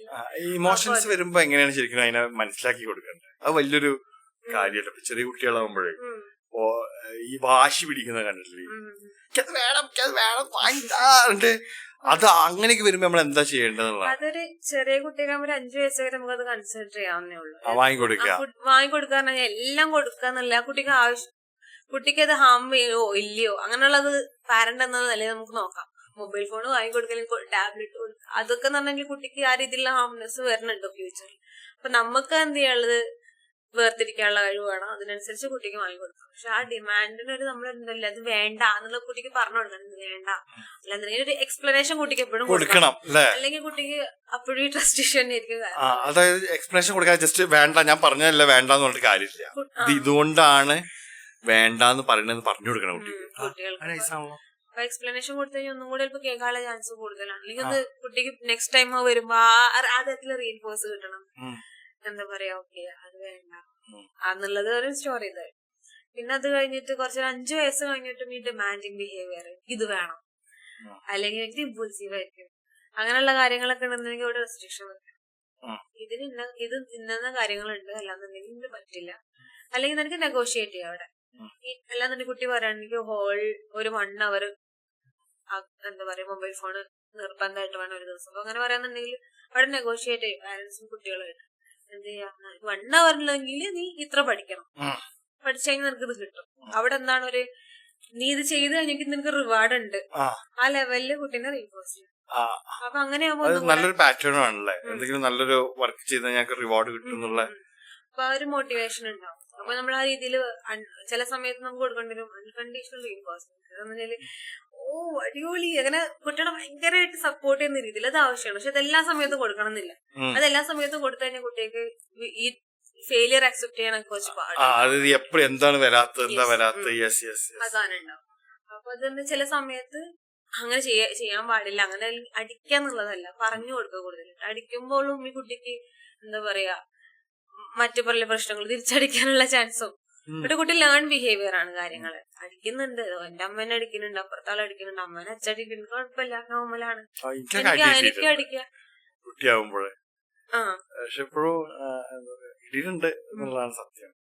പക്ഷെ അത്ര ആ ഘട്ടത്തില് കിട്ടിയിട്ടുള്ളൂ എന്നുള്ള അടി ഡിസേർവ് ചെയ്യുന്ന സാധനം തന്നെയാണ് നമുക്കെല്ലാം അറിയാം. ഈ പറഞ്ഞ പോലെ എനിക്കും അടികൾ കിട്ടിയിട്ടുണ്ട്. പക്ഷെ അത് ഈ പഠനങ്ങൾ അങ്ങനെ പറഞ്ഞത് ഒരുപാട് ഇത് അടിക്കാന്ന് ചെറിയ രീതിയിലുള്ള അടിക്കലോ അതൊക്കെ കൊടുക്കാം. പക്ഷെ ചില പ്യൂണിറ്റീവ് പാരന്റിങ് സ്റ്റൈൽ ഭയങ്കരമായിട്ട് അടിക്കുക, കെട്ടിട്ട് അടിക്കുക. അപ്പൊ അത് എത്രത്തോളം ഉണ്ടെന്നുള്ള അറിയില്ല. പക്ഷെ ഒരു സമയത്ത് ഉണ്ടായിരുന്നു, എന്റെ ഉപ്പയൊക്കെ പറയാറുണ്ട്, എന്താ പറയാ വലിയപ്പ ഉപ്പയൊക്കെ പുറത്തു പോയി എന്തെങ്കിലുമൊക്കെ ചെയ്തിട്ടുണ്ടാവും വിചാരിച്ചിട്ട് തല്ലോ, ചോദിക്കൊന്നുമില്ല. പക്ഷെ അങ്ങനെ ഉണ്ടാവും. അങ്ങനത്തെ ഒരു സന്ദർഭമുള്ള ഒരു കാലം ഉണ്ടായിരുന്നു. ഇപ്പൊ അത് എത്രത്തോളം ഉണ്ടെന്നുള്ള കാര്യം അറിയില്ല. നമ്മുടെ ഫാമിലിയിലൊന്നും അങ്ങനെ എന്താണ് എന്റെ വാപ്പ കഥയായിരുന്നു. അവരുടെ അവരുടെ ഫ്രണ്ടിന്റെ ഫാദർ, അതായത് കുട്ടികളെ മുന്നേ കണ്ടതല്ലോ. അതായത് എന്ത് ചെയ്യണം എന്നൊന്നുമില്ല, വാപ്പാന്റെ മുന്നിൽ കുട്ടികളെ കണ്ടതല്ലോ. അങ്ങനത്തെ പാരന്റ്സ് ഉണ്ടായിരുന്നു. എന്തിനാ അടി സ്നേഹമാണെന്ന് പറഞ്ഞുകൊണ്ട് അടിക്കണേ.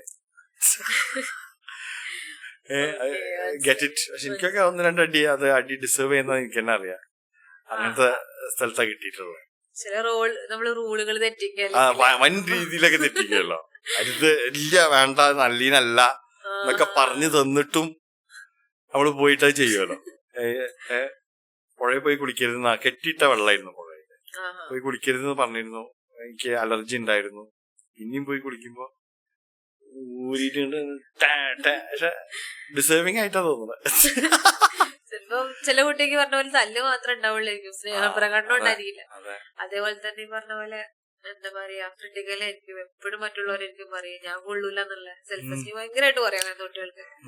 അത് നമുക്കൊക്കെ ഉണ്ടായിട്ടില്ലേ ചെറുപ്പത്തിൽ എന്നുള്ളൊരു സാധനം ഉണ്ട്. അതായത് ഓന്റെ മാർക്ക് നോക്ക്, ഓരോ കുട്ടി ചെയ്ത് നോക്ക്. ഞാൻ എപ്പോഴും പറയുന്ന ഓരോ വാപ്പ ചെയ്ത് നോക്കി അറിഞ്ഞിട്ട് ഞാൻ അങ്ങനെയാണ് അതിനെ ടാക്കിൾ ചെയ്തത്. നിങ്ങളെന്താ അപ്പോഴവർക്ക് മനസ്സിലാവേ നിങ്ങളെന്താ ചെയ്യുന്നുള്ളത്. ഞാൻ അങ്ങനെ തന്നെ ടാക്കിൾ ചെയ്തിരുന്നത്. എന്താ വെച്ചാല് ഇപ്പൊ ഓരോ മോൻ ചെയ്ത് നോക്കി അത് അങ്ങനെ ആക്കി ഇങ്ങനെ ആക്കി, അതുപോലെ വാപ്പ ചെയ്ത് നോക്കി അതാക്കി ഇതാക്കി. കുട്ടികളെ കമ്പയർ ചെയ്യുമ്പോ കുട്ടികളെ കമ്പയർ അതായത് കമ്പാരിസൺ ശരിക്കും നമുക്ക് നമ്മളോട് തന്നെ ആയിരിക്കണം എന്നുള്ള എനിക്ക് തോന്നിയിട്ടുണ്ട് അല്ലെ. നമ്മളും കുറച്ച് പ്രശ്നം, പക്ഷെ എന്നാലും അത് എന്താ പറയാ ഈ കുട്ടികൾക്കൊരിതുണ്ട്. ഈ പറഞ്ഞ പോലെ പാരന്റിങ്ങിന്റെ ഒക്കെ ഒരു ഭാഗമായിട്ട് തന്നെ പറയും. ചില കുട്ടികൾ ഭയങ്കര സെൻസിറ്റീവ് ആയിരിക്കും, ക്രിറ്റിസിസം എടുക്കാർക്ക് പറ്റില്ല. ഒരു പേഴ്സണാലിറ്റിന്റെയും കുഴപ്പമാണ്, അല്ലെങ്കിൽ അവരുടെ സറൗണ്ടിങ്സ് അങ്ങനെയായിരിക്കും.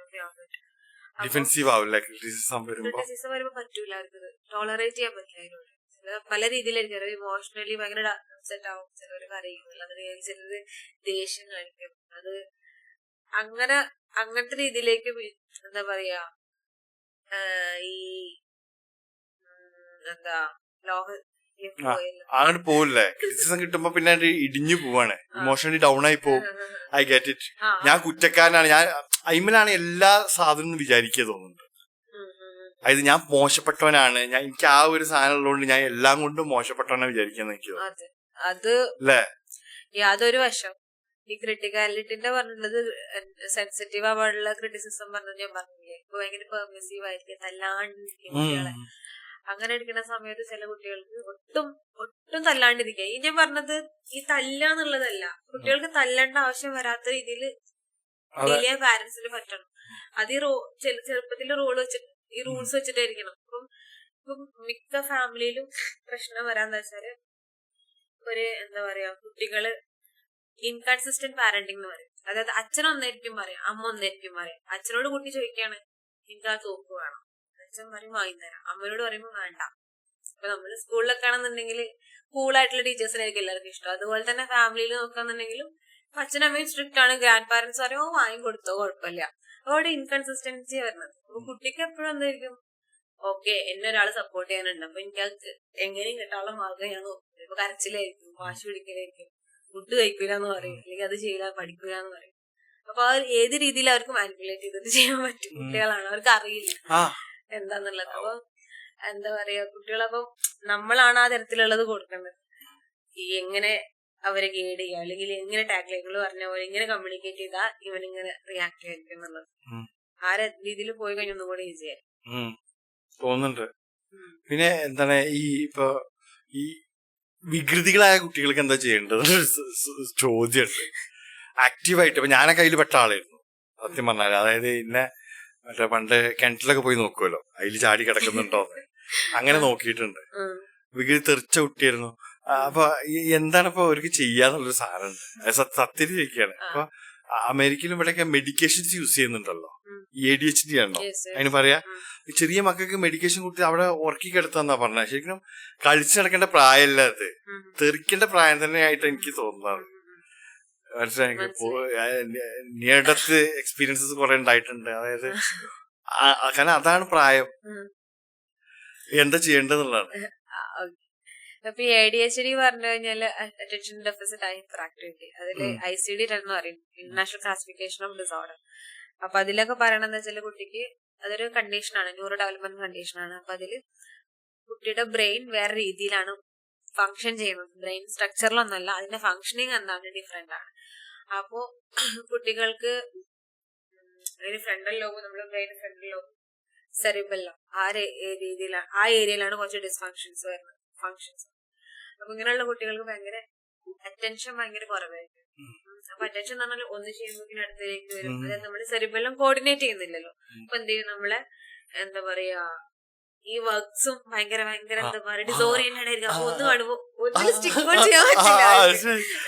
പിന്നെന്ന് പറഞ്ഞു കഴിഞ്ഞാല് അവർക്ക് ഹൈപ്പർ ആക്ടിവിറ്റി, അവർക്ക് എന്താണ് ഉള്ളിലില്ല, പുറത്തുനിന്ന് എന്തെങ്കിലും സ്റ്റിമുലേഷൻസ് കിട്ടണം. അപ്പൊ ഞാൻ വെറുതെ ബൈക്ക് ഓടിച്ചു പോവാണ്. എനിക്ക് ഇതൊന്നും കിട്ടൂല. ഈ അതായത് ഇപ്പൊ ഒരു നോർമൽ ആള് ബൈക്ക് ഓടിച്ചു പോകുന്ന ആ രീതിയിൽ ഞാൻ പോവാന്നുണ്ടെങ്കിൽ ADHD കിട്ടായിട്ടില്ല ഞാൻ പോവാന്നുണ്ടെങ്കിൽ എനിക്കൊരു സന്തോഷം കിട്ടില്ല. 100 ഓടിക്കണം. അപ്പോഴെനിക്ക് ആ ഒരു അങ്ങനെയാണ് അവസ്ഥ. അപ്പൊ അങ്ങനെയുള്ള കുട്ടികൾ പറഞ്ഞു കഴിഞ്ഞാല് ഭയങ്കര ഇമ്പൾസീവ് ആയിരിക്കും, തോന്നുന്ന ചെയ്യാ. അപ്പൊ അങ്ങനെയുള്ള കുട്ടികൾക്ക് പ്രശ്നം വെച്ചാൽ അവർക്ക് മെഡിക്കേഷൻസ് ഇല്ലാന്നുണ്ടെങ്കിൽ അല്ല അങ്ങനെ രീതിയിലുള്ള ട്രീറ്റ്മെന്റ് പോയില്ല എന്നുണ്ടെങ്കിൽ അവർക്ക് ഭയങ്കര റിസ്ക് ആണ്. അവർക്കും മാത്രമല്ല അവർ ഫാമിലിക്ക് ഭയങ്കര ബേർഡനാണ്.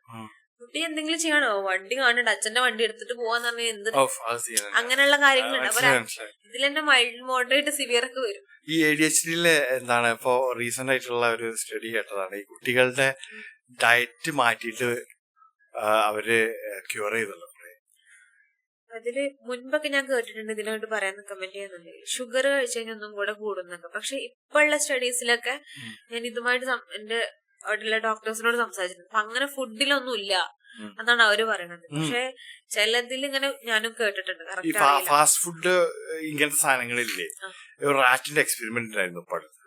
അതായത് സാധാരണ ഒരു റാറ്റും ഫാസ്റ്റ് ഫുഡ് കഴിക്കണ ഒരു റാറ്റും എന്നിട്ട് എന്താ ചെയ്യുന്ന വെച്ചാല് ഒരു ബക്കറ്റിൽ വെള്ളം എടുത്തിട്ട് നടുവിലൊരു പോളുണ്ട്, അതിൽ ഈ റാറ്റിന് വെള്ളത്തിൽ കയറി ഈ പോളിൽ കയറിയാൽ നിക്ക റാറ്റിന്, ബാക്കി ഫുള്ള് വെള്ളമാണ്.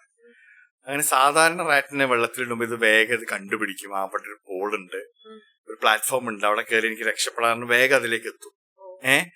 ഈ ഫാസ്റ്റ് ഫുഡ് കഴിക്കണ റാറ്റിന് ഇടുന്നുണ്ട്, ഈ റാറ്റ് ആ പോളിന്റെ അടുത്തുകൂടി നീന്തുന്നുണ്ട്, പക്ഷെ അതിക്ക് കേറാൻ പറ്റുന്നില്ല എന്നാണ് അതിന്റെ എഫക്റ്റ് ആണ് പറയുന്നത്. അങ്ങനെ ADHD എവിടെയാണ് സ്കാൻഡിനേവിയൻ കൺട്രിയിലോ ADHD 300 കുട്ടികൾ അവർ എടുക്കുകയാണ്. ആകെ ചെയ്ത് അവരെ നോർമൽ ഡയറ്റില് നല്ല ഡയറ്റ് ഫുഡ് അത് കൊടുക്കണം അവർക്ക്. ഈ ബാക്കിയുള്ള ജങ്ക് ഇതൊക്കെ ഒഴിവാക്കിയിട്ട് നല്ല ഭക്ഷണം മാത്രം കൊടുക്കണം അവർക്ക്, ബോഡിക്ക് ആവശ്യമുള്ള ഫുഡ് മാത്രം കൊടുക്കണം. അതില് ഏകദേശം 80% കുട്ടികൾക്ക് അത് പോയി എന്നാണ്. നമ്മൾ ഇൻടേക്ക് ചെയ്യുന്നത് നമ്മളെ ബാധിക്കുന്നില്ല എന്നുള്ളതാണ്. പിന്നെ പണ്ടുള്ള ആൾക്കാരൊക്കെ ഇത് ഐഡന്റിഫൈ ചെയ്യാനുള്ള ബുദ്ധിമുട്ടായിരിക്കും. കാരണം നമ്മൾ പറഞ്ഞു കഴിഞ്ഞാല് ചിലപ്പോ ഈ പൊതുവെ ഒരു കൂട്ടുകുടുംബത്തിലാണെന്നുണ്ടെങ്കിൽ അമ്മമാർക്കൊന്നും ഇപ്പൊ നോക്കാനുള്ള സമയം അങ്ങനെ ഉണ്ടാവണമെന്നില്ല.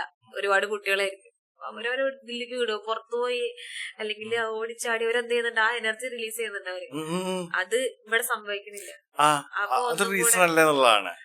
ചെറിയ ബാംഗ്ലൂരിലൊക്കെ ഒരുപാട് എന്താ പറയാ ഈ പറഞ്ഞ പോലെ ഈ മിഡിൽ സോഷ്യോ എക്കണോമിക് സ്റ്റാറ്റസിലുള്ള ആൾക്കാരായിരിക്കും, അല്ലെങ്കിൽ മിഡിൽ ക്ലാസ് ഫാമിലീസ് ഒരു ഫ്ലാറ്റിലായിരിക്കും.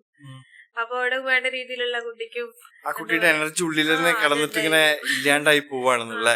കുട്ടികൾക്കൊക്കെ ചെറു ജിം ചെയ്യാൻ തോന്നും, അല്ലാന്നുണ്ടെങ്കിൽ നീന്താൻ, അങ്ങനെയുള്ള ഒരു ഫിസിക്കൽ ആക്ടിവിറ്റി ഒട്ടും നടക്കണില്ല. അപ്പൊ ഇങ്ങനെയുള്ള കുട്ടികൾക്ക് ഒന്നും കൂടെ അതിന്റെ സിവിയറിറ്റി കൂടെ ഭയങ്കര കൂടുതൽ. പിന്നെ കുട്ടികൾക്ക് ഇമ്പൾസിവിറ്റി പറഞ്ഞല്ലോ, തോന്നുന്നത് ചെയ്യാം, അല്ലാന്നുണ്ടെങ്കിൽ ഇപ്പം ദേഷ്യപ്പെടാന്നുണ്ടെങ്കിൽ ഒരു പക്ഷെ എന്ത് ചെയ്യാം, ചാവാനൊക്കെ പോവാനൊക്കെ അങ്ങനെ ഉണ്ടാവില്ല. ഇമ്പൾസീവ് ആയിട്ട് അങ്ങനെ നടന്നിട്ടുള്ള കുറെ കേസുകൾ. അതായത് വേണ്ടാന്ന് പറഞ്ഞിട്ട് വേഗം പോയിട്ട് കുട്ടികള് ഡിലീറ്റ് ചെയ്യാ, മീൻസ് അങ്ങനെ കുറെ ഇഷ്യൂസ് ഉണ്ടായി കേട്ടിട്ടുണ്ട്. അപ്പൊ അങ്ങനെയുള്ള അപ്പൊ അതൊക്കെ പറഞ്ഞാലും മരണത്തിന് വരെ കാരണമാകുന്ന റിസ്ക് ആളുകളുണ്ട്. നമുക്ക് എന്ത് ചെയ്യാം, ഈ സിംപ്റ്റംസ് കുറക്കാന്നുള്ളത് ചെയ്യുന്നത്.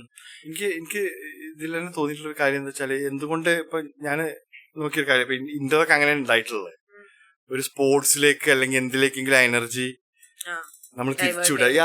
നമ്മള് അതിൽ ആക്റ്റീവാണ്, നമ്മളെന്തോ ഫിസിക്കലി നല്ല ഡ്രെയിൻ ആവുന്നുണ്ട്, ഫിസിക്കലി ഫിറ്റ് ആവുന്നുണ്ട്, അതിന്റെ കൂടെ മെന്റലി തന്നെ നമ്മൾ സെറ്റ് ആവുന്നുണ്ട് എന്നുള്ള എനിക്ക് തോന്നിയിട്ടുള്ളത്. അത് ഇന്ന് കുറെ കുട്ടികളുണ്ടായിരുന്നു, അവര് പറയുന്നത് എന്താണ് ഇഷ്ടം, ഫുട്ബോൾ, സ്പോർട്സ് ഭയങ്കര ഇഷ്ടമാണെന്ന് പറയുന്നത്. അല്ലെങ്കിൽ എന്നുണ്ടെങ്കിൽ എന്താ പറയാ ഓരോ ആക്ടിവിറ്റീസ് ഭയങ്കര ചെയ്യാൻ പറ്റും, ഹൈ എനർജി ആണല്ലോ ഉണ്ടാവുക. പിന്നെ ഈ ഒരു ADHD കിഡ്സിന്റെ പ്രശ്നത്തിൽ ഭാവിയിൽ ഒരു സബ്സ്റ്റൻസ് അബ്യൂസിന് ചാൻസസ് കൂടുതലാന്ന് പറയും ADHD ഉള്ള ആൾക്കാര്. അതായത് അവർക്ക് ഇമ്പൾസീവ് ആയി തോന്നുമ്പോ അങ്ങോട്ട് ചെയ്യട്ടെ, അപ്പൊ അവർക്ക് കേൾക്കാനുള്ള ഒരു ക്ഷമയൊന്നും ഉണ്ടാവില്ല. ചില കുട്ടികൾക്ക് ഡെവലപ്പ് ചെയ്യാൻ ചാൻസ് ഉണ്ടെന്നാണ്. പിന്നെ വേറൊരു കാര്യം വെച്ചാല് ഈ ADHD ചിലപ്പോ അഡോളസെന്റ് ഏജ് ആകുമ്പോഴത്തേനും എന്തെയും ഇല്ലാണ്ട് അഡൾട്ട് ADHD വളരെ റെയർ ആയിട്ട് കാണാറുള്ളൂ. ഒത്തിരി പേർക്കൊന്നും കണ്ടിട്ടില്ല. ചിലപ്പം അറ്റൻഷൻ ഡെഫിസിറ്റ് ഉണ്ടാകും ഭയങ്കരമായിട്ട്, ഹൈപ്പർ ആക്ടിവിറ്റി അങ്ങനെ കൂടുതലായിട്ട് പേഷ്യൻസ് നമ്മൾ കണ്ടില്ല. കൂടുതലായിട്ട് ഈ ഒരു അഡോളസെന്റ് ആകുമ്പോഴത്തേനും വരുന്നത് ADHD. പിന്നെ ചില ആൾക്കാർക്ക് ADHD ഉള്ളവർക്ക് ചില പേഴ്സണാലിറ്റി ഇഷ്യൂസ് ഒക്കെ ഉണ്ടാവും സോഷ്യലായിട്ട്. അതിനെ ചെയ്യാ, ഉപദ്രവിക്കുക, കണ്ടക്ട് ഡിസോർഡേഴ്സ് ഉള്ള കുട്ടികൾക്ക് അങ്ങനെയുള്ള പേഴ്സണാലിറ്റിയിലേക്ക് പോകാനൊക്കെ ചാൻസ്. ഈ ശരിക്കും വേറെയുള്ളവർ ഉപദ്രവിക്കുന്ന രീതിയിലൊക്കെ വരിക എന്ന് പറയുമ്പോ എങ്ങനെ നമ്മൾ മനസ്സിലാക്കുക, അല്ലെങ്കിൽ എങ്ങനെ സ്റ്റോപ്പ് ചെയ്യാന്നുള്ളത്? ചെറിയ കുട്ടികൾക്ക് അതായത് കണ്ടക്ട് ഡിസോർഡർ ഓൾറെഡി അങ്ങനെയുള്ള കുട്ടികൾക്ക് നല്ലൊരു എന്താ നമ്മളല്ലോ ഈ തവളനെ ഉപദ്രവിക്കുക അല്ലെങ്കിൽ മൃഗങ്ങൾ ഉപദ്രവിക്കുക, അല്ലാന്നുണ്ടെങ്കിൽ ആരെങ്കിലും എന്ത് പറഞ്ഞു കഴിഞ്ഞാലും ഒന്നും എന്താ പറയാ ശ്രദ്ധിക്കില്ല, അവർ അവോയ്ഡ് ചെയ്യും. ഡെലിബറേറ്റ്ലി അവർക്ക് എന്ത് പറഞ്ഞാലും ഒരു എമ്പതി ഉണ്ടാവില്ല. ഇപ്പൊ എന്റെ മുമ്പിൽ എന്നിട്ട് നമുക്ക് അറിയാണ്, എനിക്കൊന്നും തോന്നുന്നില്ല പറഞ്ഞോട്ടെ, ആ എമ്പതി ഇല്ല. അപ്പൊ അങ്ങനെയുള്ള കാര്യങ്ങൾ കമ്മ്യൂണിക്കേറ്റ് ചെയ്യുമ്പോൾ കൃത്യമായിട്ടുണ്ടാവില്ല. അപ്പൊ നമുക്ക് അറിയാൻ പറ്റും ഭയങ്കരമായിട്ട് ഡിസോബീഡിയന്റ് ആയിരിക്കും, ഒന്നും ചെയ്യും അങ്ങനത്തെ കാര്യങ്ങളൊന്നും ചെയ്യില്ല. നമ്മളെന്ത് പറഞ്ഞാലും സൊസൈറ്റിയിലെ നോംസിനോടൊക്കെ അവർക്ക് ഭയങ്കര ഒരു താല്പര്യം ഉണ്ടാവില്ല. ഉച്ചയായിരിക്കും കുട്ടികൾക്ക് മൈ റൂൾ മൈ ലൈഫ് എന്നൊക്കെ പറയും കുട്ടികൾ. അപ്പൊ അങ്ങനെ കുറച്ച് അന്തർമുഖരായിരിക്കും ചില ആൾക്കാര്. അല്ലെങ്കിൽ പുറത്തോട്ട് വന്നു കഴിഞ്ഞാല് എന്താ പറയാ ജഡ്ജ് ചെയ്യപ്പെടുന്നുള്ളതുകൊണ്ടല്ലേ കൂടുതലും അങ്ങനെ കണ്ടിട്ടുണ്ട്. പിന്നെ എന്താ ഇതന്നെ ഉപദ്രവിക്കാന്നുള്ളതാണ് കൂടുതലായിട്ട്. മറ്റുള്ളവരുടെ അടുത്തൊരു സിമ്പതി അങ്ങനത്തെ കാര്യങ്ങളൊന്നും തോന്നില്ല. ഉപദ്രവിക്കും, അതിലൊരു ട്രിപ്പിംഗ് ആണ്. നാർസിസ്റ്റിക് ആയിട്ടുള്ള സ്വഭാവമാണോ അത്? അതൊരു ആന്റി സോഷ്യൽ, ഇത് ഉപദ്രവിക്കല്ലെങ്കിൽ എനിക്കുള്ളതാണ്, ഞാൻ സെൽഫിഷ് ആയിട്ടുള്ള, ഭയങ്കര സെൽഫിഷ് ആയിട്ടുള്ള, ഭയങ്കര എവിഡന്റ് ആയിരിക്കും. അതായത് മറ്റുള്ള എനിക്ക് എന്തൊക്കെയുണ്ടോ അത് എനിക്കേ ഉള്ളൂ, വേറെ ആർക്കും ഇല്ല എന്നുള്ളൊരു തോന്നലാണ്. ബാക്കിയുള്ളവർക്കൊന്നും ഇല്ല. അങ്ങനെയൊക്കെയാണ് അവർ അങ്ങനെ കണ്ടിട്ടുള്ളത്. ഞാൻ എന്റെ ക്ലിനിക്കൽ എക്സ്പീരിയൻസ് എന്ന് പറയാനുള്ള കുട്ടികൾ ഒരുപാട് അവർക്ക് കോൺട്രിബ്യൂട്ട് ചെയ്യുന്ന മറ്റു മെയിൻറ്റെയിൻ ചെയ്യുന്ന പല ഫാക്ടേഴ്സ് ഉണ്ടാവും വീട്ടിൽ നിന്നുള്ള അതൊക്കെ കണ്ടാൽ. ഒരു പൊതുവെ സൈക്യാട്രിയിൽ യൂസ് ചെയ്യുന്ന ഒരു മോഡൽ എന്ന് പറഞ്ഞാൽ ബയോ സൈക്കോ സോഷ്യൽ മോഡലാണ്. എന്നുവെച്ചാൽ ഒരാളുടെ ബയോളജിക്കൽ മോഡൽ എന്ന് പറഞ്ഞു കഴിഞ്ഞാൽ നമ്മൾ മെഡിസിൻ കൊടുക്കേണ്ടതോ അല്ലെങ്കിൽ ജീനിലെ കാര്യങ്ങൾ, ജനറ്റിക് ആയിട്ടുള്ള വൾനറബിലിറ്റീസ് അല്ലെങ്കിൽ ഹെറിഡിറ്റി ഇങ്ങനെയുള്ള കാര്യങ്ങളൊക്കെയാണ് ഈ ബയോയില് മരുന്ന് കൊടുക്കുന്നത് അല്ലെങ്കിൽ ഫാർമക്കോ തെറാപ്പി. ബേസിക്കലി സൈക്കോളജിക്കലി എന്ന് പറഞ്ഞ ഒരു പേഴ്സണാലിറ്റി കാര്യങ്ങൾ നോക്കാം. ബേസിക്കലി സൈക്യാട്രിയിലൊക്കെ അങ്ങനെ വരും. ഒരാൾക്കൊരു സ്കിസോഫ്രീനിയ എന്നുള്ള കണ്ടീഷൻ ഉണ്ടെങ്കിൽ, ഡിപ്രഷൻ ഉണ്ടെങ്കിൽ അവർക്ക് ഫാമിലി ഹിസ്റ്ററിയിൽ ഉണ്ടായിരിക്കും ആർക്കെങ്കിലും ഡിപ്രഷൻ, അങ്ങനെയുള്ള കാര്യങ്ങളൊക്കെ ആ ഒരു ഫാക്ടേഴ്സ് വരും. അപ്പൊ അതിനെ മരുന്ന് കൊടുക്കുക എന്നുള്ളതാണ് എന്താ ചെയ്യാൻ പറ്റുക ഫാർമക്കോ തെറാപ്പിയിൽ. ബേസിക്കലി ഡിപ്രഷന്റെ ഒരു മെയിൻ റീസൺ എന്ന് പറഞ്ഞാൽ രണ്ട് ഹോർമോൺസ് ഉണ്ട്, ഹാപ്പിനെസ് ഹോർമോൺസ്, അത് ഡോപ്പമിൻ, സെറോട്ടോണിൻ. ഈ രണ്ടിന്റെയും എമൗണ്ട് എത്രത്തോളം കുറയുന്നു അപ്പോഴാണ് നമുക്ക് ഡിപ്രഷൻ വരാന്ന് പറയാം. ഓക്കെ, അതിന്റെ ബയോളജിക്കൽ എക്സ്പ്ലനേഷൻ ആണ്. അപ്പൊ ഡിപ്രഷൻ വരാൻ ഇതും കാരണമാണ്. അതുപോലെ തന്നെ എന്താണ് നെക്സ്റ്റ് സൈക്കോളജിക്കൽ ഇഷ്യൂസ് ഉണ്ടാവും. ഒരാളുടെ പേഴ്സണാലിറ്റി അങ്ങനെയായിരിക്കും, അല്ലാന്നുണ്ടെങ്കിൽ ഈ മോശം വരുമ്പോ എങ്ങനെ ഡീൽ ചെയ്യണമെന്ന് അറിയില്ല, അങ്ങനെയുള്ള കാര്യങ്ങൾ. ഇതിന്റെ സിംറ്റംസ് വരട്ടുണ്ട് ഇതിന്റെ ബയോളജിക്കൽ മോഡലാണ്. അപ്പൊ സൈക്കോളജിക്കലി നമ്മൾ എന്ത് ചെയ്യേണ്ടി വരും, ആൾക്ക് മരുന്ന് കൊണ്ട് കുറയുന്നുണ്ട്, അപ്പം അതിന്റെ അളവ് കൂടുമല്ലാന്നുണ്ടെങ്കിൽ ആ ഏരിയസ് വർക്ക് ചെയ്യും. ഓക്കെ, പിന്നെ നോക്കേണ്ട സൈക്കോളജിക്കലി ആണ്, അത് സപ്പോർട്ട് കൊടുക്കേണ്ടി വരും, അല്ലെങ്കിൽ കൗൺസിലിംഗ് തെറാപ്പി കാര്യങ്ങൾ പോകേണ്ടി വരും.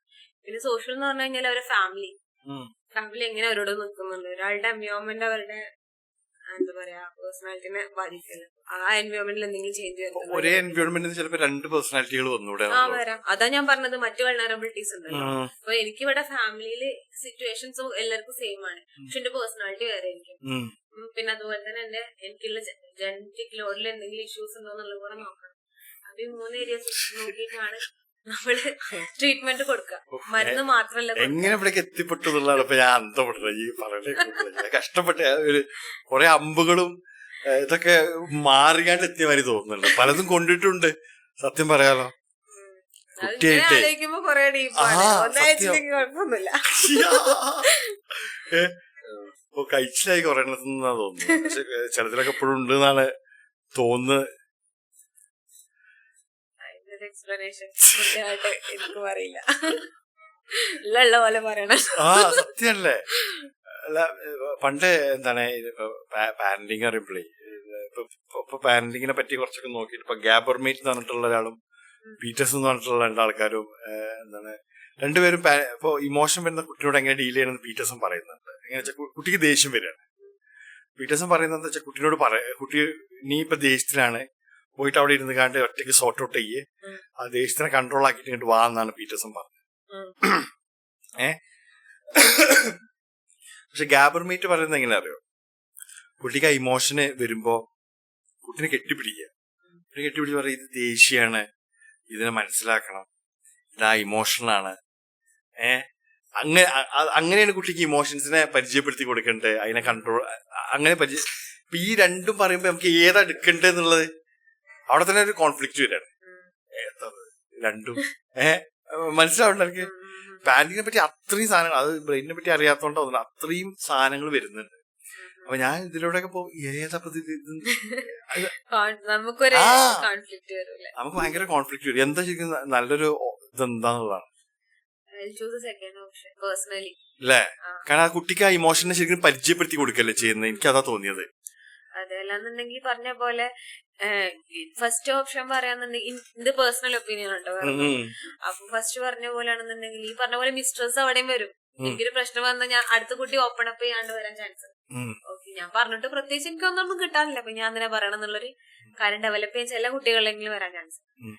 പിന്നെന്ന് പറഞ്ഞു കഴിഞ്ഞാല് എന്താ ഈ പറഞ്ഞ പോലെ ഇപ്പം കരയുക അല്ലെങ്കിൽ എന്റെ ഇമോഷൻ പ്രകടിപ്പിക്കുക എന്നുള്ളൊരു മോശമായിട്ടുള്ള കാര്യമാണ്. കുട്ടി അങ്ങനെയും പേഴ്സീവ് ചെയ്യും. പലരും പറയണം ആൺകുട്ടികൾ കരയാൻ പാടില്ല, അല്ലെങ്കിൽ കരഞ്ഞുകൂടാ, കരയണ ശരിയല്ല, പല കമന്റ്സ് നമ്മൾ കേൾക്കാറുണ്ട്. അപ്പൊ അത് ചിരിക്കണ പോലെ തന്നെ ഉള്ളൊരു ഇമോഷനാണ് കരയണെന്നുള്ളത് നമ്മള് ആ കാര്യത്തിന് അങ്ങനെ കാണുന്നില്ല. അപ്പൊ കുട്ടികൾക്കത് എന്താ പറയാ, അതൊക്കെ എന്താ പറയാ എക്സ്പീരിയൻസ് ചെയ്ത് വരികയാണെന്നുണ്ടെങ്കിൽ അവർക്ക് സ്വാഭാവികമായിട്ട് എന്തായിരിക്കും ഒന്നും കൂടെ ഈ ഇമോഷൻസ് റെഗുലേറ്റ് ചെയ്യാൻ പറ്റും. അതായത് ഇന്ന സമയത്ത് ചിരിക്കേണ്ടടുത്ത് ചിരിക്കാൻ പറ്റും, അല്ലെങ്കിൽ കരയേണ്ട സമയത്താണെന്നുണ്ടെങ്കിൽ കരയുന്നത് ഓക്കെയാണ്, അതെനിക്ക് വെന്റിലേഷൻ ആണ്, ഇതെന്റെ ഒരു വേ ഓഫ് കോപ്പിംഗ് ആണെന്ന് മനസ്സിലാക്കി അത് ഓക്കെയാണ്. അപ്പൊ അതൊരു ഹെൽപ്ഫുൾ ആവുമെന്ന് തോന്നുന്നു. ഇപ്പം ഞാൻ എപ്പോഴും പറയാറുണ്ട്, ഒരു മരം വളരാന്ന് പറഞ്ഞു കഴിഞ്ഞാൽ അതിന് ഒരു ഇമോഷൻ മാത്രം അല്ലെങ്കിൽ ഒരു കാലാവസ്ഥ മാത്രമല്ല ഉള്ളത്, അതിന് എല്ലാ കാലാവസ്ഥയും വേണം. അതുപോലെ തന്നെ മനുഷ്യന് അപ്പോഴാണ് മരം സ്ട്രോങ് ആവുള്ളൂ. അപ്പോഴാണ് ഈ എക്സ്പീരിയൻസസ് എല്ലാതും ഒരേ പ്രൊപ്പോർഷനില്. അതാണ്, അതായത് സ്ട്രെസ് ഫ്രീ ആയിട്ട് കുട്ടികളെ വളർത്തിയാലും പ്രശ്നമല്ല എന്നുള്ളതാണ്. ഇപ്പൊ അമേരിക്കയില് ഈ ഭയങ്കര പൈസക്കാരായിട്ടുള്ള ആൾക്കാരുടെ മക്കളെ സ്റ്റഡിയാണ്, എല്ലാം കൊണ്ട് ക്യാഷ് വെച്ചിട്ടൊക്കെ അവർക്ക് എല്ലാം സെറ്റാണ്. മനസ്സിലാക്കി അതൊന്നും ചിന്തിക്കേണ്ട, എല്ലാം വേണ്ടതൊക്കെ അവർക്ക് അവൈലബിൾ ആണ്.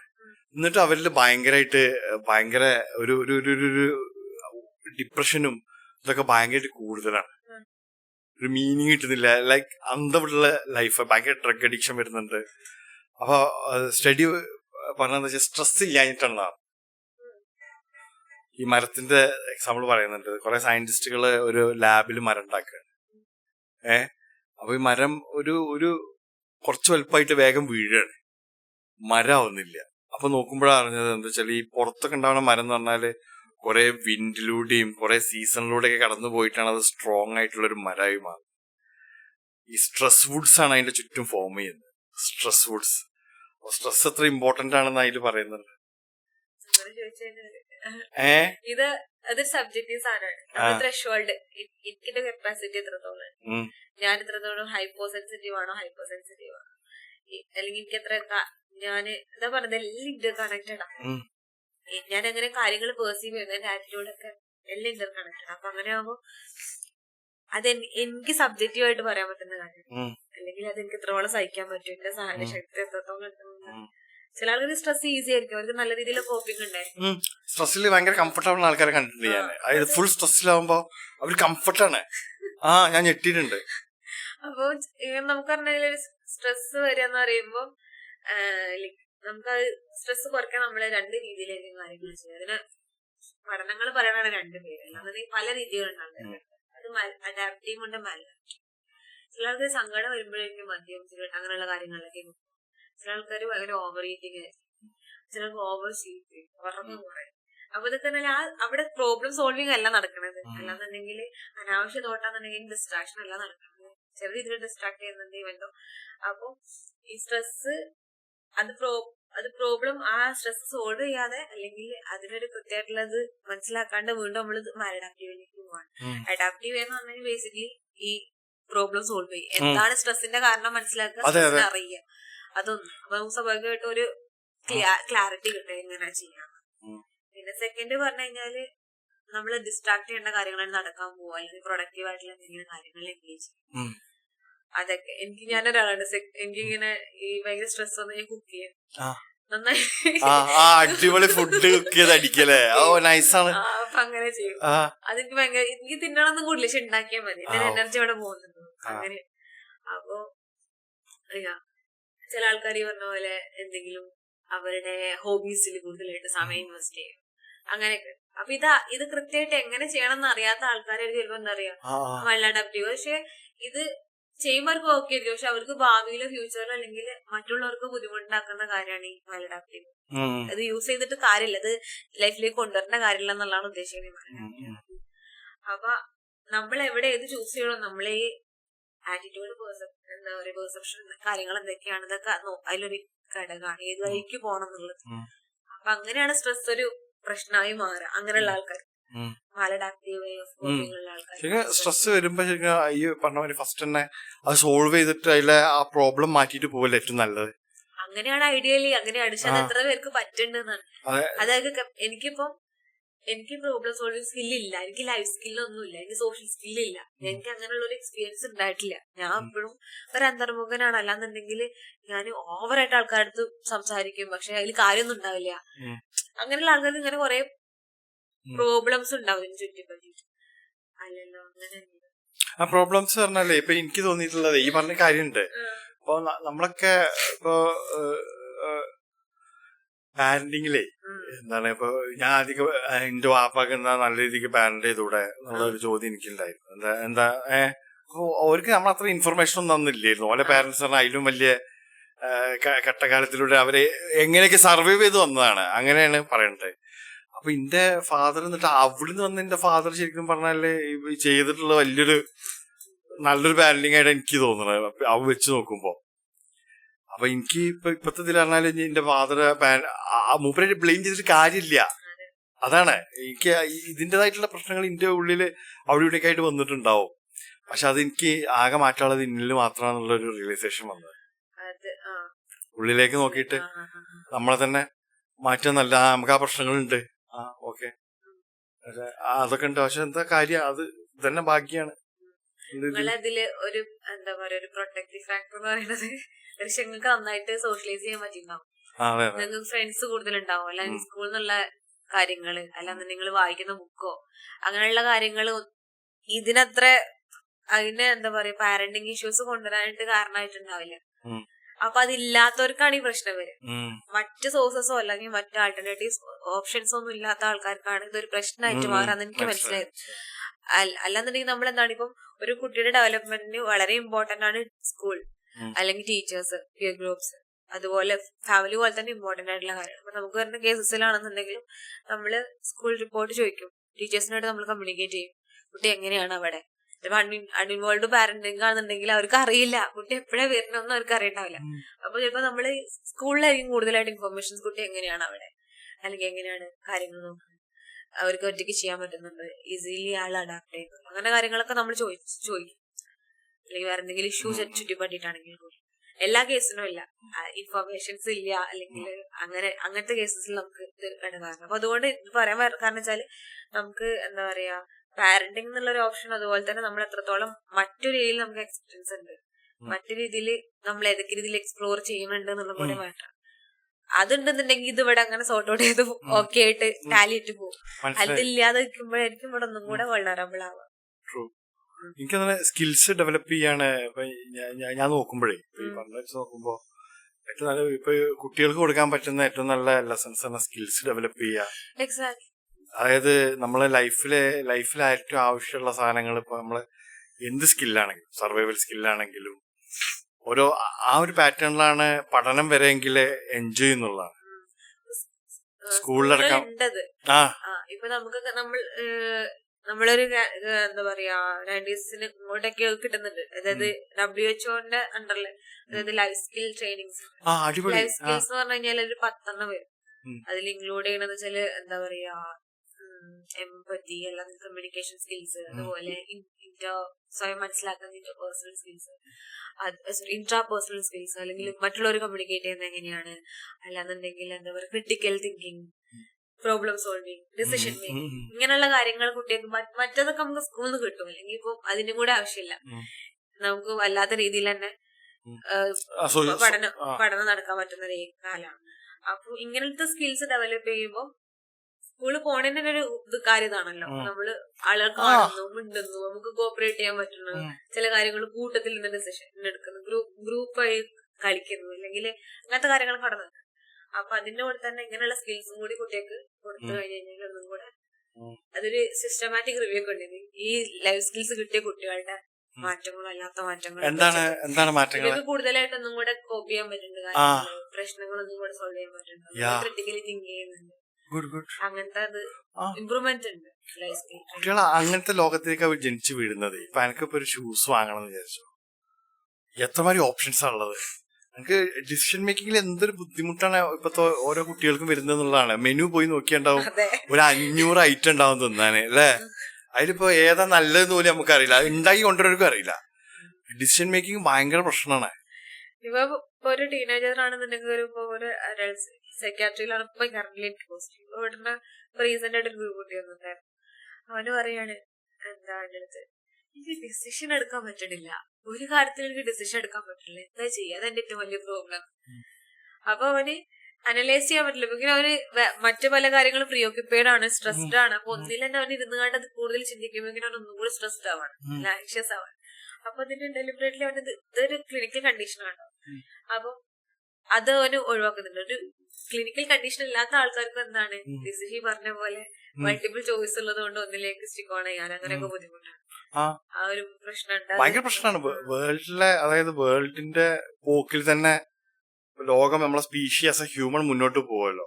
അതിന് നമുക്ക് ത്രെട്ടുള്ള സാധനങ്ങളിലൊന്നും ഡിസിഷൻ മേക്കിംഗ് ആണ്. ആൾക്കാർക്ക് ഇപ്പൊ പഴയ പോലെ പെട്ടെന്ന് ഡിസിഷൻ എടുക്കാൻ വയ്യാന്നുള്ളതാണ്. എന്താ ഡിസിഷൻ മേക്കിങ്ങിനൊക്കെ ഇപ്പൊ നമുക്ക് എന്താ ചെയ്യാൻ പറ്റിയ decision making, how to improve our decision making?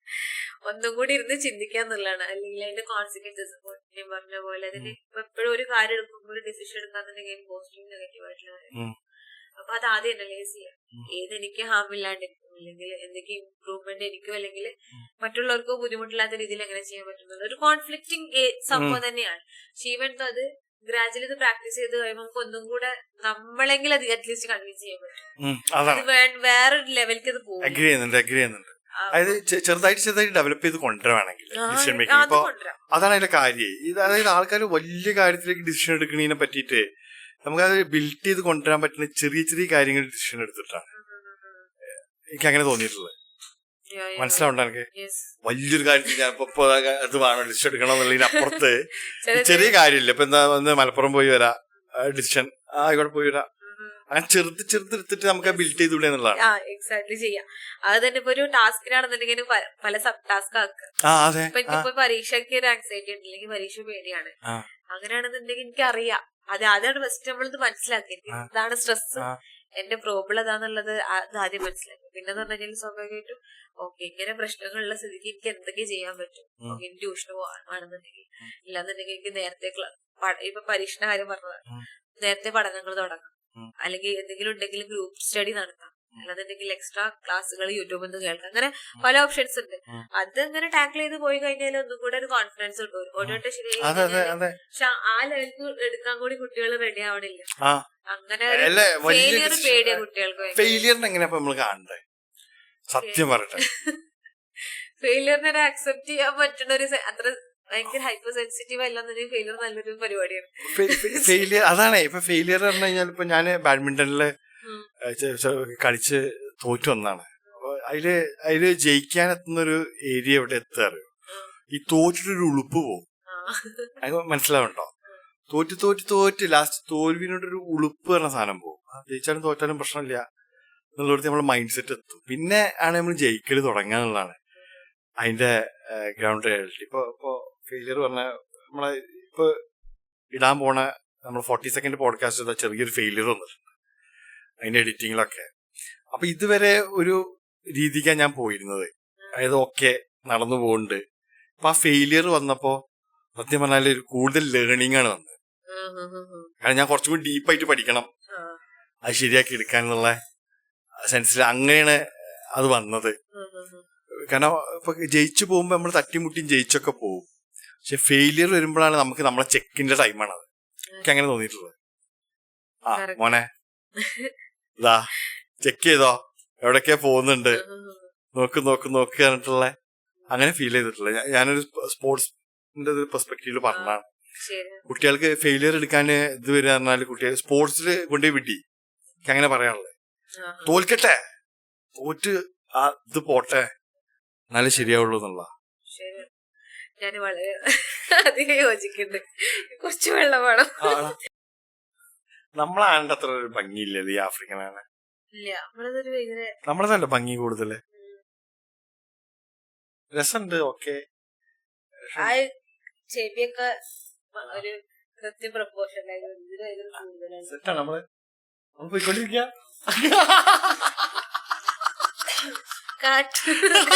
അത് തുടങ്ങാം. ഇത് നോക്കിയേ എന്തല്ല ഫാമിലി ആണെന്നുള്ള. ഇങ്ങോട്ട് നോക്കൂ, ക്വാളിറ്റി ടൈപ്പ്. മക്കളാവുമ്പോ കളിച്ചടക്കാന്നുള്ള സീനിലാണ്. ഇപ്പൊ റീസെന്റ് ദിലീപിന്റെ എന്താണ് ഒരു 2ാം ക്ലാസ് പഠിക്കുന്ന കുട്ടിയോ 3ാം ക്ലാസ് പഠിക്കുന്ന ഒരു കസിനുണ്ട് ദിലീപിന്. അപ്പൊ ആ കുട്ടി എന്താ പറയാ സ്കൂളിൽ പ്ലേ ടൈം ഇല്ല പറഞ്ഞിട്ടേ ടീച്ചർ അനങ്ങാൻ സമ്മതിക്കുന്നില്ല ക്ലാസ്സിൽ, കളിക്കാൻ സമയമില്ല. അപ്പൊ ഞാനും ദിലീപും കൂടി അതിനെപ്പറ്റി ഇങ്ങനെ സംസാരിച്ചപ്പോ നമ്മളൊക്കെ എന്തായിരുന്നു, കയ്യില് സ്കാറ് മാറിയ ടൈമില്ലായിരുന്നു. ബോഡിയുടെ എവിടെയെങ്കിലും ആയിട്ടൊരു മുറി ഉണ്ടാവും എപ്പോഴും. പാരന്റ്സ് എടുക്കുന്ന റിസ്ക് വരുന്നു അത്. എന്ത് ജീവനോടെ വന്നാ മതി എന്നുള്ള ഇതിലേ പാമ്പിട്ട് നോക്കണം. പണ്ട് വീട്ടിൽ നിന്ന് വിളിച്ചു പറയുന്ന സാധനങ്ങൾ അതൊക്കെയാണ്. ഭക്ഷണം കഴിച്ചിട്ട് പോ. പക്ഷെ കളിച്ച് തിമിർത്ത് വളർന്ന ചൈൽഡ്ഹുഡ് ആയിരുന്നു അത്. കംപ്ലീറ്റ് ഇപ്പൊ കുട്ടികള് കളിക്കുന്നൊന്നും ചുറ്റുപാൻ കാണുന്നില്ല. സ്പേസും ഇല്ല, വിടൂല്ല. കുറെ സെക്യൂരിറ്റീസ് അല്ലെങ്കിൽ കൃത്യമായിട്ടുള്ള റെസിഡൻഷ്യൽ ഏരിയ ആണെങ്കിൽ ചെറിയ പെർട്ടിക്കുലർ ഏരിയ മാത്രമേ ഉണ്ടാവും. അതിനുള്ളിൽ ഒരു ടൈപ്പ് ഓഫ് കളികൾ മാത്രമേ ഉണ്ടാവുള്ളൂ. പുതിയ എക്സ്പ്ലോറേഷൻസ് കുറവായിരിക്കും. നമ്മള് വീട്ടില് കുട്ടികളാണ് ഉണ്ടാവും. ഒരു എന്താ പറയാ കുട്ടി എന്താ പറയാ ഇങ്ങനെ കളിക്കില്ലേ, ചോറും കറിയൊക്കെ ഉണ്ടാക്കിയുള്ള കളി. അപ്പൊ ഭയങ്കര എക്സ്പെരിമെന്റ്സ് അവർ നടത്തും. ചിരട്ടയില് മണ്ണ് വെച്ചിട്ട് ഇമിറ്റേറ്റ് ചെയ്യണ മാത്രല്ല ഒരു ഫാമിലി എങ്ങനെ എന്തൊക്കെ ഞങ്ങളൊക്കെ കളിച്ചിട്ടുണ്ട്. അങ്ങനെ ഒരാള് എന്താ പറയാ ഫാമിലിയിൽ ഒരാള് ജോലിക്ക് പോകും, ബൊമ്മകളൊക്കെ വെച്ചിട്ടില്ലേ. അപ്പൊ അങ്ങനത്തെ ഒരു നമ്മള് തന്നെ എക്സ്പ്ലോർ ചെയ്യണ്ടായിരുന്നു. അപ്പൊ അതില്ല. ആകത്തായിട്ടുള്ള സ്റ്റിമുലേഷൻസ് ഞാൻ പറഞ്ഞ പോലെ അത് കിട്ടുന്നില്ല. അപ്പൊ എന്താ വെച്ചാല് സ്വാഭാവികമായിട്ടും ഇപ്പൊ നമ്മളാരെങ്കിലും എനിക്കറിയില്ല എന്റെ കൂടെ കളിച്ചിടന്ന ആരും എനിക്ക് ബോറടിക്കുന്നുണ്ട് പറഞ്ഞ ഞാൻ കേട്ടില്ല. ഇപ്പത്തെ കുട്ടികളെ എല്ലാരും പറയുക വെറുതെ ചുമ്മാ ബോറടിക്കാണ്, മടുക്കാണ്, എന്ത് ലൈഫാണ്, ഹാപ്പി അല്ല.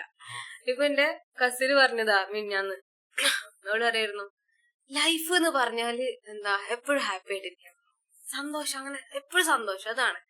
അപ്പൊ അതല്ലെങ്കിൽ കുട്ടികൾ ഡിസപ്പോയിന്റഡ് ആവും. എപ്പോഴും എന്തുകൊണ്ട് ആ അവസ്ഥ ആയിക്കൂടാന്ന് അവര് ചോദിക്കുന്നില്ലേ. നമ്മള് സന്തോഷം കിട്ടുന്ന അവസ്ഥ എന്തുകൊണ്ട് എപ്പോഴും കിട്ടിക്കൂടാന്നാ ചോദിക്കുന്നത്. അത് ചോദിക്കുന്നത്. അപ്പൊ അതുകൊണ്ട് തന്നെ ഒരു പെട്ടെന്ന് ബോറടിക്കാണ്, ബോറടിക്കുന്നു. ചുമ്മാ ഇരിക്കുമ്പോക്കിനും മൊബൈലിൽ കുറച്ചു നേരം കളിക്കുമ്പോ ബോറടിച്ചു, മൂഡ് പോയി. ഇതൊക്കെയാണ് കുട്ടികൾ പറയണത്. അപ്പൊ കളിക്കാനുള്ള ഒരു ആ ടൈമും അത്തരത്തിലുള്ള കുട്ടികളൊക്കെ പെട്ടെന്ന് വലുതാവണ പോലെ സംസാരങ്ങളാണ് ഇപ്പത്തെ കുട്ടികൾ. ഭയങ്കര അവർക്ക് ഭയങ്കര ഇൻഫ്ലുവൻസ് ഉണ്ട് പല രീതിയിൽ, ഭയങ്കര ഇൻഫർമേഷൻസ് കിട്ടുന്നുണ്ടല്ലേ പഴയതിനെക്കാട്ടി. ഭയങ്കര പെട്ടെന്നല്ലേ അവരെ ഗ്രോത്തും അങ്ങനെ മെന്റൽ ഗ്രോത്ത് ഒക്കെ വളരെ 21 വയസ്സാകുമ്പോഴേക്കും മില്യനെയർ ആവണം എന്ന് പറഞ്ഞിട്ട് ഇറങ്ങുന്നല്ലേ. ശരിക്കും നമ്മളെ ബ്രെയിനിന്റെ ഒരു അവസ്ഥ വെച്ച് നോക്കുമ്പോ എന്താ നമ്മളെ ഫുൾ ബ്രെയിന് ഡെവലപ്പായി അല്ലെങ്കിൽ ഒരു എന്താ 25 വയസ്സെടുക്കും. 25 വയസ്സിലാണ് ഒരു ഫുൾ ബ്രെയിൻ ഡെവലപ്പ് ചെയ്ത് വന്നു എന്ന് പറയാൻ പറ്റും. അതിന്റെ ഫങ്ഷൻസും കാര്യങ്ങളും എല്ലാം സെറ്റ് ആയിട്ട് ഇല്ല. അപ്പം ഇങ്ങനെയുള്ള നമ്മൾ ഇത് ബ്രെയിൻ ഡെവലപ്മെന്റ് എന്ന് പറയുമ്പോൾ നമ്മൾ പറഞ്ഞ പോലെ ഡിസിഷൻ എടുക്കാനുള്ള കഴിവ്, അല്ലാന്നുണ്ടെങ്കിൽ ഇമ്പൾസിവിറ്റിനുള്ള കോൺസിക്വൻസസ് മനസ്സിലാക്കുക. അതായത് നമ്മൾ ഒരു കാര്യം ചെയ്യണ സമയത്ത് അതിനുള്ള പൊട്ടൻഷ്യൽ കോൺസിക്വൻസസ് അപ്പുറത്ത് ഉണ്ട് എന്നുള്ളത് മനസ്സിലാക്കണം. അപ്പൊ ഈ പല കുട്ടികളും ഇപ്പൊ പെട്ടെന്ന് ഇമ്പൾസിവിറ്റിയിലേക്ക് പോകുമ്പോ വെച്ചാല് പെട്ടെന്ന് തീരുമാനം എടുക്കണമെന്നാണെങ്കിലും ഇപ്പൊ പലപ്പോഴും കേട്ടില്ല എന്റെ ജീവിതമാണ് എന്റെ, അല്ലെങ്കിൽ my rule is my life, അങ്ങനെ എന്റെ ലൈഫാണ് എനിക്ക് തോന്നുന്ന പോലെ ജീവിക്കാം. അത് ഭയങ്കര ഒരു ഈ കാര്യങ്ങളൊക്കെ ടി വി കൂടെ ഓവർ സെൻസിറ്റൈസ് ചെയ്യുമ്പോ കുട്ടികൾ പെട്ടെന്ന് അത് എടുക്കും. ബ്രെയിൻ അത്ര ഡെവലപ്ഡ് അല്ല. ഓക്കെ അവര് എനിക്ക് മാത്രമേ ഇതുള്ളൂ, അല്ലെങ്കിൽ നമ്മളെ മോഡലാക്കേണ്ട ആൾക്കാരാണെന്ന് പറയണത്. അപ്പൊ ഓക്കെ ഇതെടുക്കാം. പിന്നെ എന്റെ my life my rule. Independent ആണ് ഞാൻ. അവര് മനസ്സിലാക്കണ വേറെയാണ്. പക്ഷെ അതിന്റെ കോൺസിക്വൻസ് കുട്ടികൾക്ക് അറിയില്ല. കുട്ടികളെ എപ്പോഴും അറിയിച്ചാൽ ഈ പറഞ്ഞ പോലെ ഇതിപ്പം കുട്ടികള് ഇപ്പത്തെ കുട്ടികൾ പറഞ്ഞ വീട്ടിൽ 1-2 പേര് 2 പേരും ഹെൽത്തി ഡിറ്റാച്ച്ഡ് ആയിരിക്കും. അവർക്ക് കുഴപ്പമൊന്നും ഉണ്ടാവില്ല. പക്ഷെ സംസാരിക്കാൻ ഒരു ഇതൊന്നും ഒരിടയിൽ ഉണ്ടാവില്ല. അപ്പൊ അങ്ങനെയുള്ള കുട്ടികൾ ഇവർക്ക് പാരന്റ്സ് കമ്പയർ ചെയ്തിട്ട് മാത്രമേ മറ്റൊരാളെ കുറിച്ച് അവർക്ക് അറിയണ്ടാവുള്ളൂ. അവര് സോഷ്യലൈസ് ചെയ്യുമ്പോഴേ ഓക്കെ ഞാനും വീഴുണ്ട് അവനും വീഴുണ്ട്, അവനും പഠിക്കലൊന്നുമില്ല, അല്ലെങ്കിൽ ഞാനും ഡെയിലി പഠിക്കണ ആളൊന്നുമല്ല, ചിലര് പഠിക്കും ചിലർക്ക് ഉണ്ടാവില്ല. ഇതൊക്കെ ഒരു തിരിച്ചറിവുണ്ടല്ലോ ആ കുട്ടിക്ക് കിട്ടണില്ല. അങ്ങനെ വരുമ്പോഴാണ് ഈ ഒരു പ്രശ്നങ്ങളായി പല രീതിയിൽ ഉൾത്തിരിഞ്ഞു വരും. പക്ഷെ നമ്മളെപ്പോഴും ഈ ബ്രെയിനിന്റെ ഡെവലപ്മെന്റിന്റെ കാര്യം വളരെ ഇമ്പോർട്ടന്റ് ആണ് ഇങ്ങനത്തെ ഒരു ആ ഒരു സെൻസിൽ എടുത്തൂടെ എന്ന് ചോദിക്കേണ്ടേ. അതായത് ഇപ്പൊ നമ്മൾ സ്കൂളിൽ പോയിട്ടുള്ളതൊക്കെ ചെയ്യുന്നത് നമ്മളെ ബ്രെയിനെ നമ്മൾ ഡെവലപ്പ് ചെയ്യാണ് എന്നുള്ള സെൻസില് എടുക്കുകയാണെങ്കിൽ നൈസായിരിക്കും. അതിപ്പോഴും ആർക്കും അറിയില്ലല്ലോ അതറിയില്ല. ഇപ്പൊ ടീച്ചേഴ്സ് ആണെന്നുണ്ടെങ്കിൽ ഇപ്പൊ കുട്ടികളുടെ ചെറിയ മക്കളുടെ ഒക്കെ ക്ലാസ് പഠിപ്പിക്കുന്ന ടീച്ചേഴ്സ്, അപ്പൊ ചിലരൊക്കെ ഞാൻ കണ്ടിട്ടുണ്ട് ചെറിയ മക്കളെ പഠിപ്പിക്കുന്നത് ഈ TTC കഴിഞ്ഞ അല്ലെങ്കിൽ പെട്ടെന്ന് തന്നെ കയറിയ ആൾക്കാരാണ്. അപ്പൊ അവര് ബിഹേവ് ചെയ്യുന്ന രീതികളും കുട്ടികളെ ഇൻഫ്ലുവൻസ് ചെയ്യുമല്ലോ. ഇവരുടെ പേഴ്സണാലിറ്റീസ്, ഇവർക്ക് എന്തെങ്കിലും ദേഷ്യം കുട്ടികളടുത്ത് ഡിസ്പ്ലേസ് ചെയ്യുന്നുണ്ടോ, അങ്ങനത്തെ കാര്യങ്ങളൊക്കെ ചെക്ക് ചെയ്യണം. സത്യം എനിക്ക് ഭയങ്കര ട്രോമറ്റൈസിംഗ് ആയിട്ടുള്ള എക്സ്പീരിയൻസ് ഉണ്ടായിട്ടുണ്ട് സത്യത്തില്. ഞാൻ മദ്രസയിലൊക്കെ പഠിച്ചത് ഈ മൗലിയമാരുടെ ഈഗോ ഉണ്ടല്ലോ.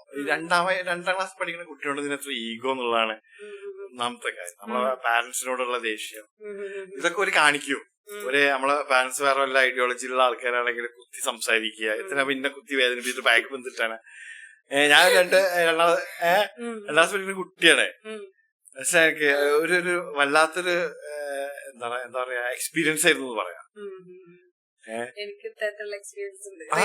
അതൊക്കെ നമ്മളെങ്ങനെ ബാധിച്ചിരിക്കുന്നുള്ള പിന്നെ ഇത് ബാധിച്ചിരിക്കുന്ന പറഞ്ഞാൽ ഇപ്പൊ അതിങ്ങനെ ആലോചിച്ചിട്ട് അല്ലോ എന്നെ ബാധിച്ചിരിക്കണല്ലേ നിക്കുന്നത്. പക്ഷെ നമ്മള് ഞാനിപ്പോ പഠിക്കുന്ന ഒരു സ്റ്റഡീന്റെ ഭാഗമായിട്ട് എനിക്ക് എന്റെ എന്തൊക്കെ വൾണറബിലിറ്റീസ് എനിക്കുണ്ട്, എല്ലാവർക്കും ഉണ്ടാവും.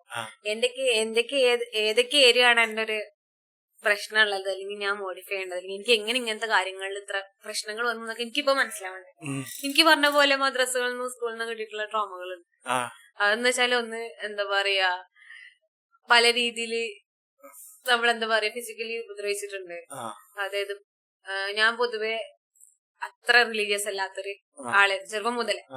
അപ്പൊ അതുകൊണ്ട് എനിക്ക് ചില സന്ദർഭങ്ങളിലൊക്കെ ഒരു ഇൻസിഡന്റ് ഉണ്ടായിരുന്നു പഠിച്ച സമയത്ത്. മദ്രസിൽ പഠിച്ചോണ്ടിരിക്കുമ്പോ എന്താ പറയാ സ്കൂളിലെ ഫോട്ടോയില് 2ാം ക്ലാസ്സിലാണ്, അതില് മസ്ത് ഇട്ടില്ല എന്നുള്ള പേര് മാറിയിട്ട് ഒരു വ്യക്തിനെ, അതായത് മദ്രസ അധ്യാപകൻ എന്നെ അടിച്ചിട്ടുണ്ടായിരുന്നു. ചെറിയ രീതിയിലൊരു പാടൊക്കെ വന്നു. എനിക്കിപ്പോഴും എനിക്ക് ഭയങ്കര പ്രശ്നമായിട്ട് തോന്നിയ സമയത്ത് അയ്യോ ഞാൻ ഇത് ചെയ്തത് എന്തോ കുറ്റാണ്, ഞാൻ നരകത്ത് പോവാണ്, അങ്ങനെയുള്ള കാര്യങ്ങളൊക്കെ എനിക്ക് തോന്നി. ഭയങ്കര ഇൻസെക്യൂരിറ്റി തോന്നി.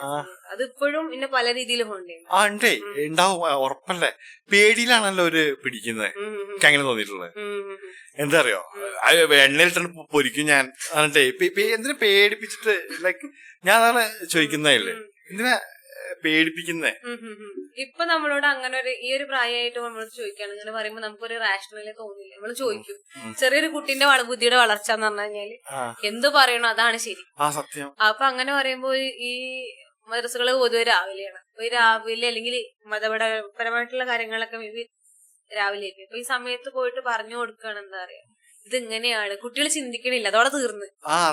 അപ്പൊ അങ്ങനെ ഒരു അവസ്ഥയ്ക്ക് പോകുമ്പോ പേടി എന്നുള്ളതൊരു സാധനമാണ്. പേടിയാണ്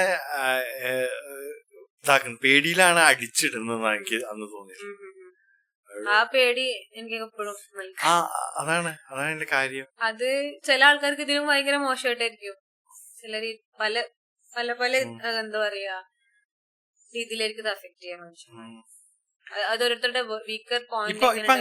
കുറച്ചും കൂടി ചെക്കൊക്കെ നടക്കുന്നുണ്ട്. ഒന്നും കൂടി കുട്ടികൾക്ക് അറിയാം അവരുടെ റൈറ്റ് എന്നാ. ഇപ്പത്തെ കുട്ടികൾ കുറെയൊക്കെ ബാഡ് ടച്ച് ഗുഡ് ടച്ച് അല്ലാന്നുണ്ടെങ്കിൽ അങ്ങനത്തെ രീതികളൊക്കെ അറിയാം. അല്ലെങ്കിൽ അവർക്ക് വേണ്ടി സംസാരിക്കാനുള്ള ഒരു ഇപ്പത്തെ ജനറേഷൻ ഉണ്ട്. എനിക്ക് പൊതുവെ ജനറൽ ആയിട്ട് തോന്നുന്നതാണ്, എക്സെപ്ഷൻ കേസസ് കാണും. അപ്പൊ അങ്ങനെയുള്ള സമയത്ത് കുറെ കുട്ടികൾ റിപ്പോർട്ട് തന്നെ ചെയ്യുന്നുണ്ട്. നമുക്ക് അറിയില്ലല്ലോ ഇത് എന്നുള്ള കാര്യം. ഈവൻ ഒരു എന്താ പറയാ ചീത്ത പറയാന്നുണ്ടെങ്കിലും അത് അങ്ങനെയല്ല എന്നുള്ള ആർക്കും അറിയില്ല. അപ്പൊ പിന്നെ അത് നോർമലൈസ് ആയിട്ടുള്ള ഒരു കളിയാണ്. ഇപ്പൊ അങ്ങനെയല്ല. അപ്പൊ കുറെ കേസസ് അങ്ങനെ വരുന്നുണ്ട് പറഞ്ഞിട്ട്. അപ്പം ഈ പറഞ്ഞ പോലെ തന്നെ ആ ആളുകൾക്കും അറിയില്ലായിരിക്കും. അതാണ് ഇപ്പം അവർക്കും മനസ്സിലാവുന്നുണ്ട്. അപ്പൊ അതിനനുസരിച്ച് ട്രെയിനിങ് വരുന്നുണ്ട്.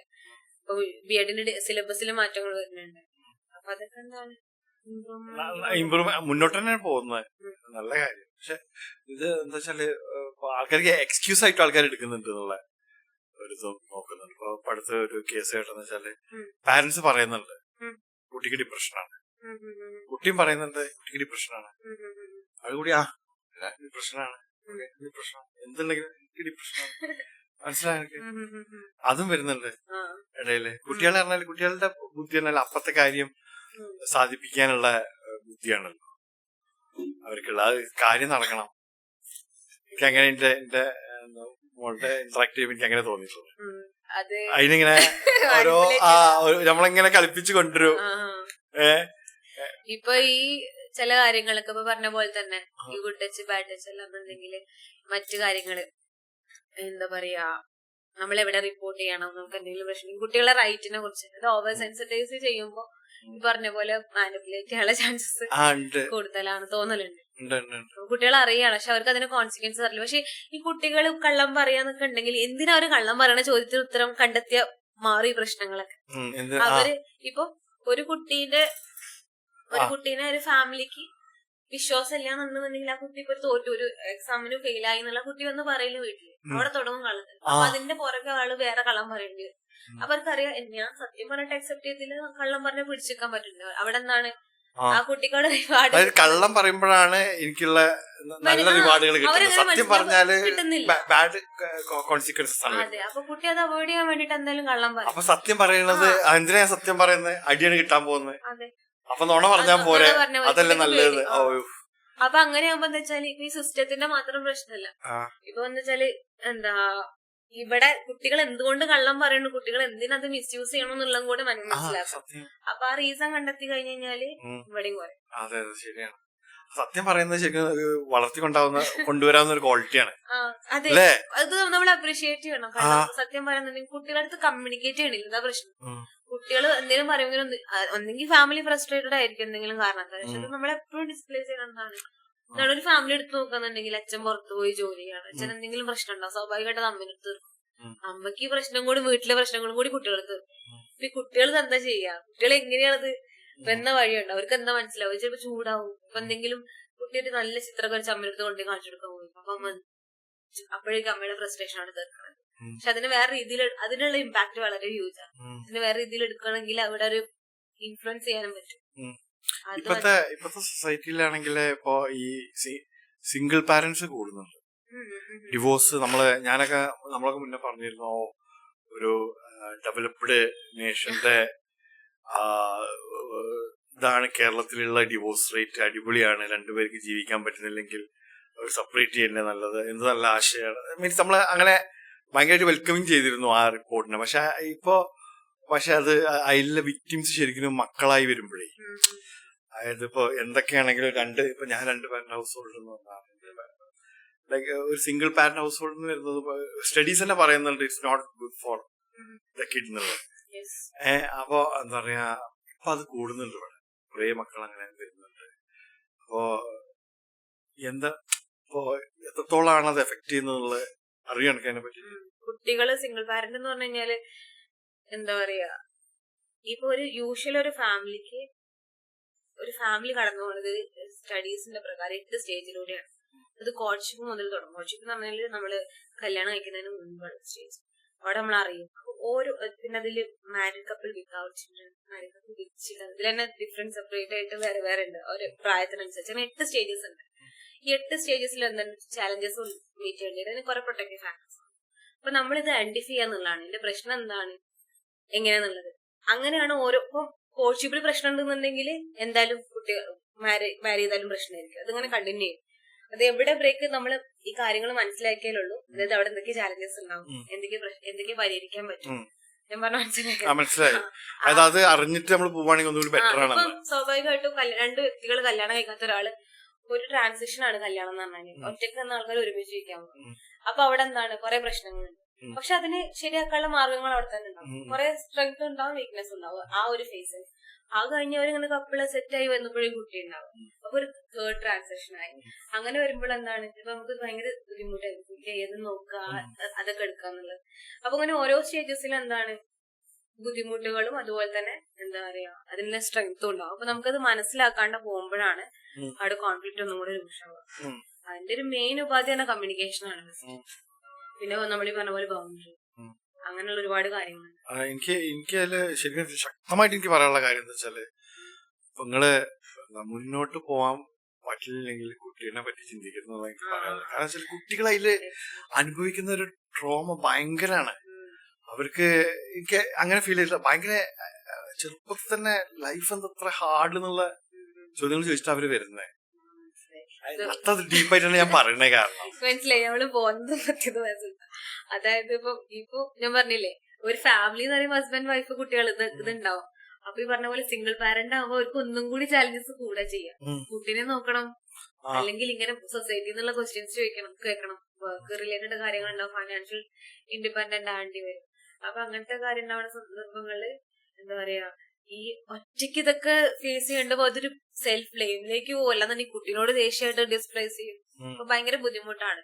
ഒരു റോൾ മൾട്ടിപ്ലിസിറ്റി വരും. ഞാൻ അച്ഛന്റെ റോൾ എടുക്കണം, അമ്മേന്റെ റോൾ എടുക്കണം, ബാക്കി ആരൊക്കെയുണ്ട് അതൊക്കെ ഒരാൾക്ക് ബേർഡൻ ആയിട്ട് മാറും. അങ്ങനെ ഭയങ്കര ബുദ്ധിമുട്ടാണ് സിംഗിൾ പാരന്റിംഗ് എന്നാണ്. പിന്നെ കുട്ടികൾ എത്തിപ്പെടുന്ന ഒരു മാനസികാവസ്ഥ ഉണ്ട്. I am the reason for everything എന്നുള്ള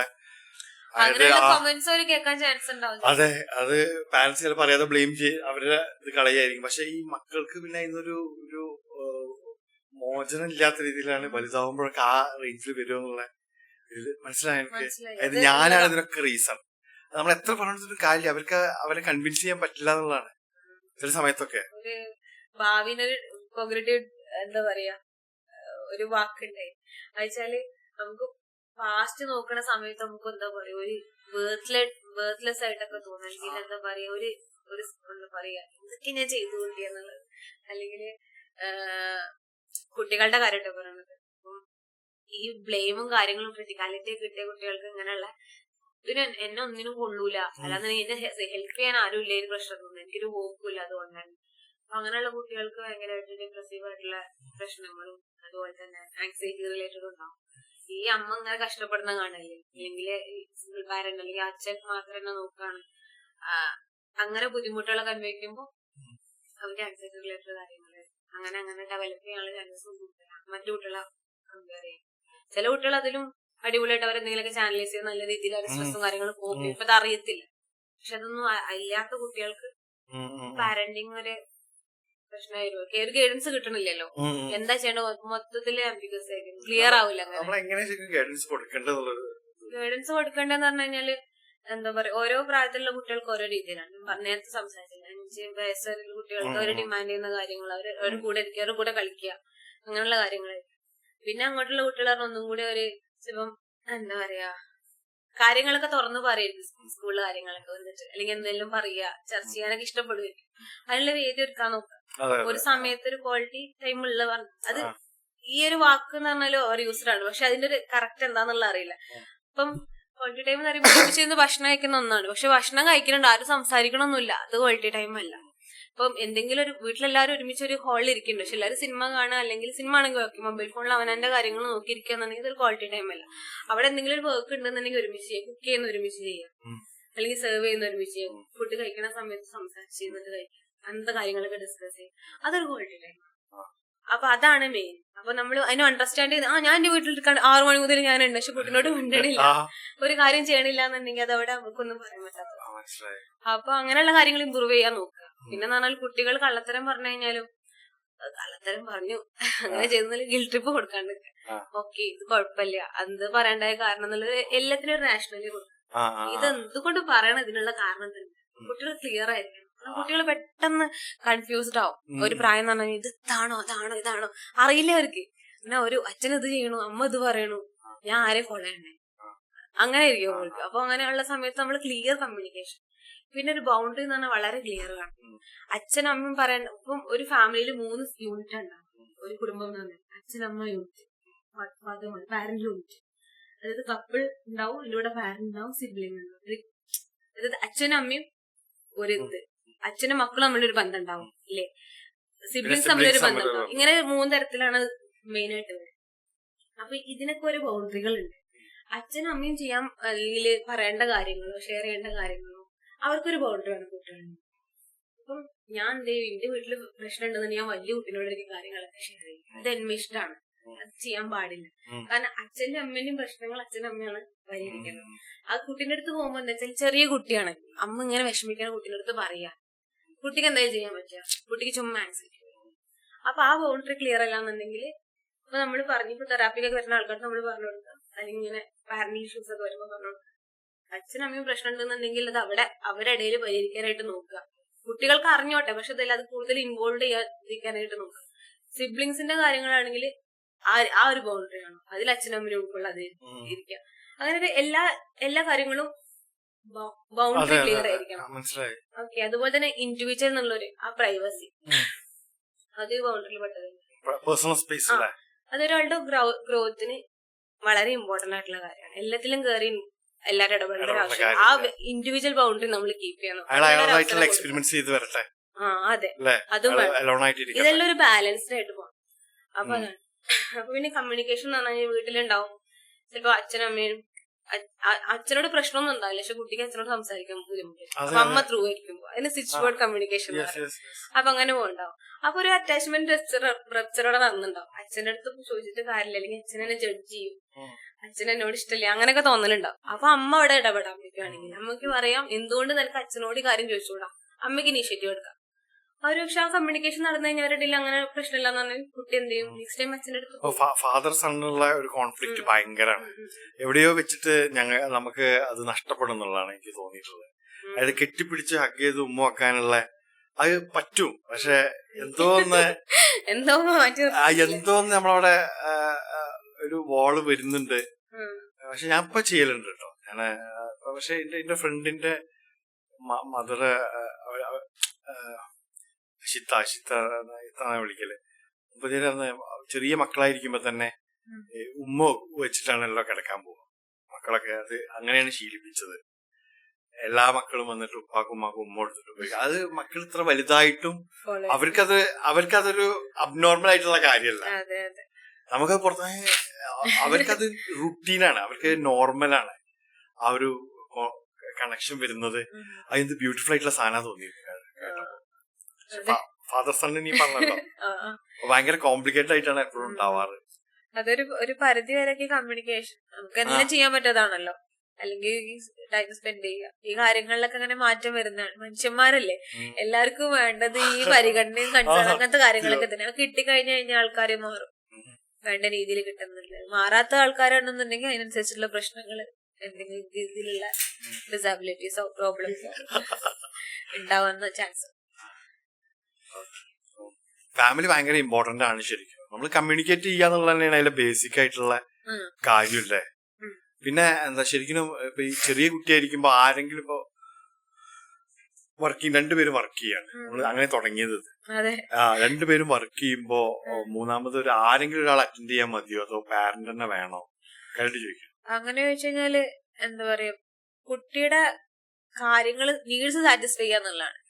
അപ്പൊ ആ സമയത്ത് ഇപ്പൊ അച്ഛനും അമ്മയും ജോലി ഉണ്ടെന്നുണ്ടെങ്കിൽ അവരെ ലൈഫാണ്. അപ്പം പേഴ്സണൽ സാധനങ്ങൾ നമ്മളതിൽ ഹേർട്ട് ചെയ്യരുത്, അവർക്കൊരു ബേർഡൻ ആവരുത് തരത്തില്. കാരണം ജോലിക്ക് പോയില്ലെങ്കിൽ നിൽക്കുമല്ലോ വരുമാനം. അപ്പൊ എന്ന് പറഞ്ഞാല് നമുക്ക് ഈ 8 മണിക്കൂർ ജോലിക്കാണെന്നുണ്ടെങ്കിൽ ബാക്കി സമയം ഉണ്ടല്ലോ, ആ സമയത്ത് കുട്ടികളുടെ അടുത്ത് കൂടെ സ്പെൻഡ് ചെയ്യാം. കുറച്ച് വലുതാകുമ്പോ അമ്മ ജോലിക്ക് പോകണം എന്നുള്ള കാര്യം കുട്ടികൾക്ക് മനസ്സിലാവും സ്വാഭാവികമായിട്ട്. പിന്നെ അല്ലാത്ത സമയത്ത് കുട്ടികളുടെ നീഡ് എന്തായാലും സാറ്റിസ്ഫൈ ചെയ്യണം. ബേബി ആയിരിക്കുമ്പോ നമ്മളെ നർച്ചറിങ് വേണം. അത് ഏറ്റവും നല്ലത് ഫാമിലി മെമ്പേഴ്സ് തന്നെയാണെന്ന് എനിക്ക് തോന്നിയത്. പ്രൈമറി പ്രയോറിറ്റി അത് തന്നെയാണ്. മറ്റേതൊക്കെ ആണെന്നുണ്ടെങ്കിൽ നമുക്ക് ഈ പറഞ്ഞ പോലെ അങ്ങനെ എല്ലാരും നമ്മൾ ജഡ്ജ് ചെയ്യാൻ പറ്റത്തില്ല, പക്ഷെ റിസ്ക് കൂടുതലാണ്.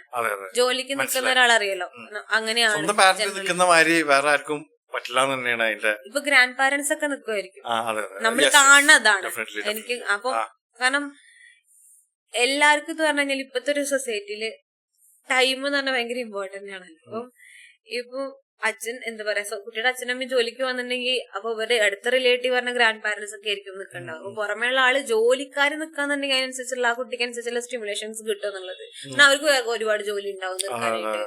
അപ്പം കുട്ടീനെ നോക്കുക, അല്ലെങ്കിൽ ഡേ കെയറിലാണെന്നുണ്ടെങ്കിൽ 1-to-1 അറ്റൻഷൻ കിട്ടൂല, കുറെ കുട്ടികളുണ്ടായിരുന്നു. അപ്പൊ അത് ആരും പ്രശ്നമല്ല. അപ്പൊ നമ്മള് എന്താ പറയാ ഇപ്പൊ പറഞ്ഞ പോലെ തന്നെ കുട്ടികളാണെങ്കിൽ പിന്നെ ഓക്കെ അല്ലേ, കളിച്ചിറക്കുമല്ലോ. പക്ഷെ ഒരു സമയത്ത് കിട്ടേണ്ട ഒരു അറ്റൻഷൻ കിട്ടുമെന്ന് അറിയില്ലല്ലോ നിന്റെ ഒരു പിന്നെന്ന് പറഞ്ഞു കഴിഞ്ഞാല് അച്ഛനമ്മയും വീട്ടിൽ വന്നു കഴിഞ്ഞാൽ അവർക്കൊരു സമയം കുട്ടീന്റെ കൂടെ നിൽക്കാം. അപ്പോഴും അവർക്ക് വർക്കാണെന്നുണ്ടെങ്കിലൊക്കെ പ്രശ്നം. ക്വാളിറ്റി ടൈം കിട്ടണം. ക്വാളിറ്റി ടൈം പറഞ്ഞാൽ കുട്ടിക്ക് അറ്റൻഷൻ, എല്ലാവർക്കും അറ്റൻഷൻ കിട്ടുന്ന ടൈം. അവര് ക്വാളിറ്റി ടൈം പറഞ്ഞാല് എല്ലാവരും ചെയ്യുമ്പോ ഹാപ്പി ആയിട്ട് ചെയ്യുന്ന ഒരു കാര്യമായിരിക്കണം അത്. എല്ലാവർക്കും അത് ഒരു എന്താ പറയാ, ഇപ്പം ഞാനും ഹസ്ബൻഡ് ഇരിക്കുന്നു, ഞങ്ങൾ സംസാരിക്കുള്ള കുട്ടിയുടെ അടുത്ത് ഡയറക്റ്റ് ആയിട്ട് ഇതാണ് കുട്ടിക്ക് വേണമല്ലോ വെച്ചിട്ട് നിൽക്കണം. അങ്ങനെയല്ല നമുക്കൊരു ബേർഡനാവും. നെക്സ്റ്റ് വീക്കിൽ ആ ടൈം ഉണ്ടായിരുന്നെങ്കിൽ നമ്മൾ ആലോചിക്കുന്ന ഒരു ടൈം ആവണം. അങ്ങനെ എല്ലാവർക്കും എൻജോയ് ചെയ്യാൻ പറ്റുന്ന എന്തെങ്കിലും ആക്ടിവിറ്റീസ് ആണ്. അതാണ് അത് കൺസിസ്റ്റന്റ് ചെയ്തിട്ട് പോവുള്ളൂ, ഇല്ലെങ്കിൽ നിൽക്കും കുറച്ച് കഴിയുമ്പോഴത്തേക്ക്. പിന്നെ ബേർഡൻ ആയിരിക്കും അല്ലാന്നുണ്ടെങ്കിൽ സമയം. അതന്നെ ഇപ്പം പറഞ്ഞു പോയത് സിംഗിൾ പാരന്റ് ആരാണെന്നുണ്ടെങ്കിൽ കുട്ടിക്ക് അറ്റൻഷൻ കൊടുത്താൽ നല്ലതാണ്. ഈ റിസ്കുകൾ കാര്യങ്ങളൊക്കെ ഉള്ളത് കൊണ്ട് തന്നെ അതിൽ ശ്രദ്ധിച്ചു കഴിഞ്ഞാൽ ഒന്നും കൂടി ബെറ്റർ ആയിരിക്കും. ഈ പറഞ്ഞ എല്ലാവർക്കും പ്രശ്നങ്ങൾ ഉണ്ടാവും പല രീതിയിൽ. പക്ഷെ അതൊരു ഡിസ്ഫങ്ഷൻ കാരണമാകാത്ത രീതിയിൽ കൊണ്ടുപോകണം, അത്രേ ഉള്ളൂ കാര്യങ്ങൾ. അപ്പൊ നമുക്ക് ഉണ്ടാവും എനിക്ക് അറ്റൻഷൻ പ്രശ്നമുണ്ട്, ഞാനിപ്പോ ഭയങ്കരമായിട്ട് ഓവറായിട്ട് സംസാരിക്കും, പ്രഷർ എടുത്ത് സംസാരിക്കും. അപ്പൊ അത് എല്ലാ സമയത്തും അപ്രോപ്രിയേറ്റ് ആണെന്നില്ല.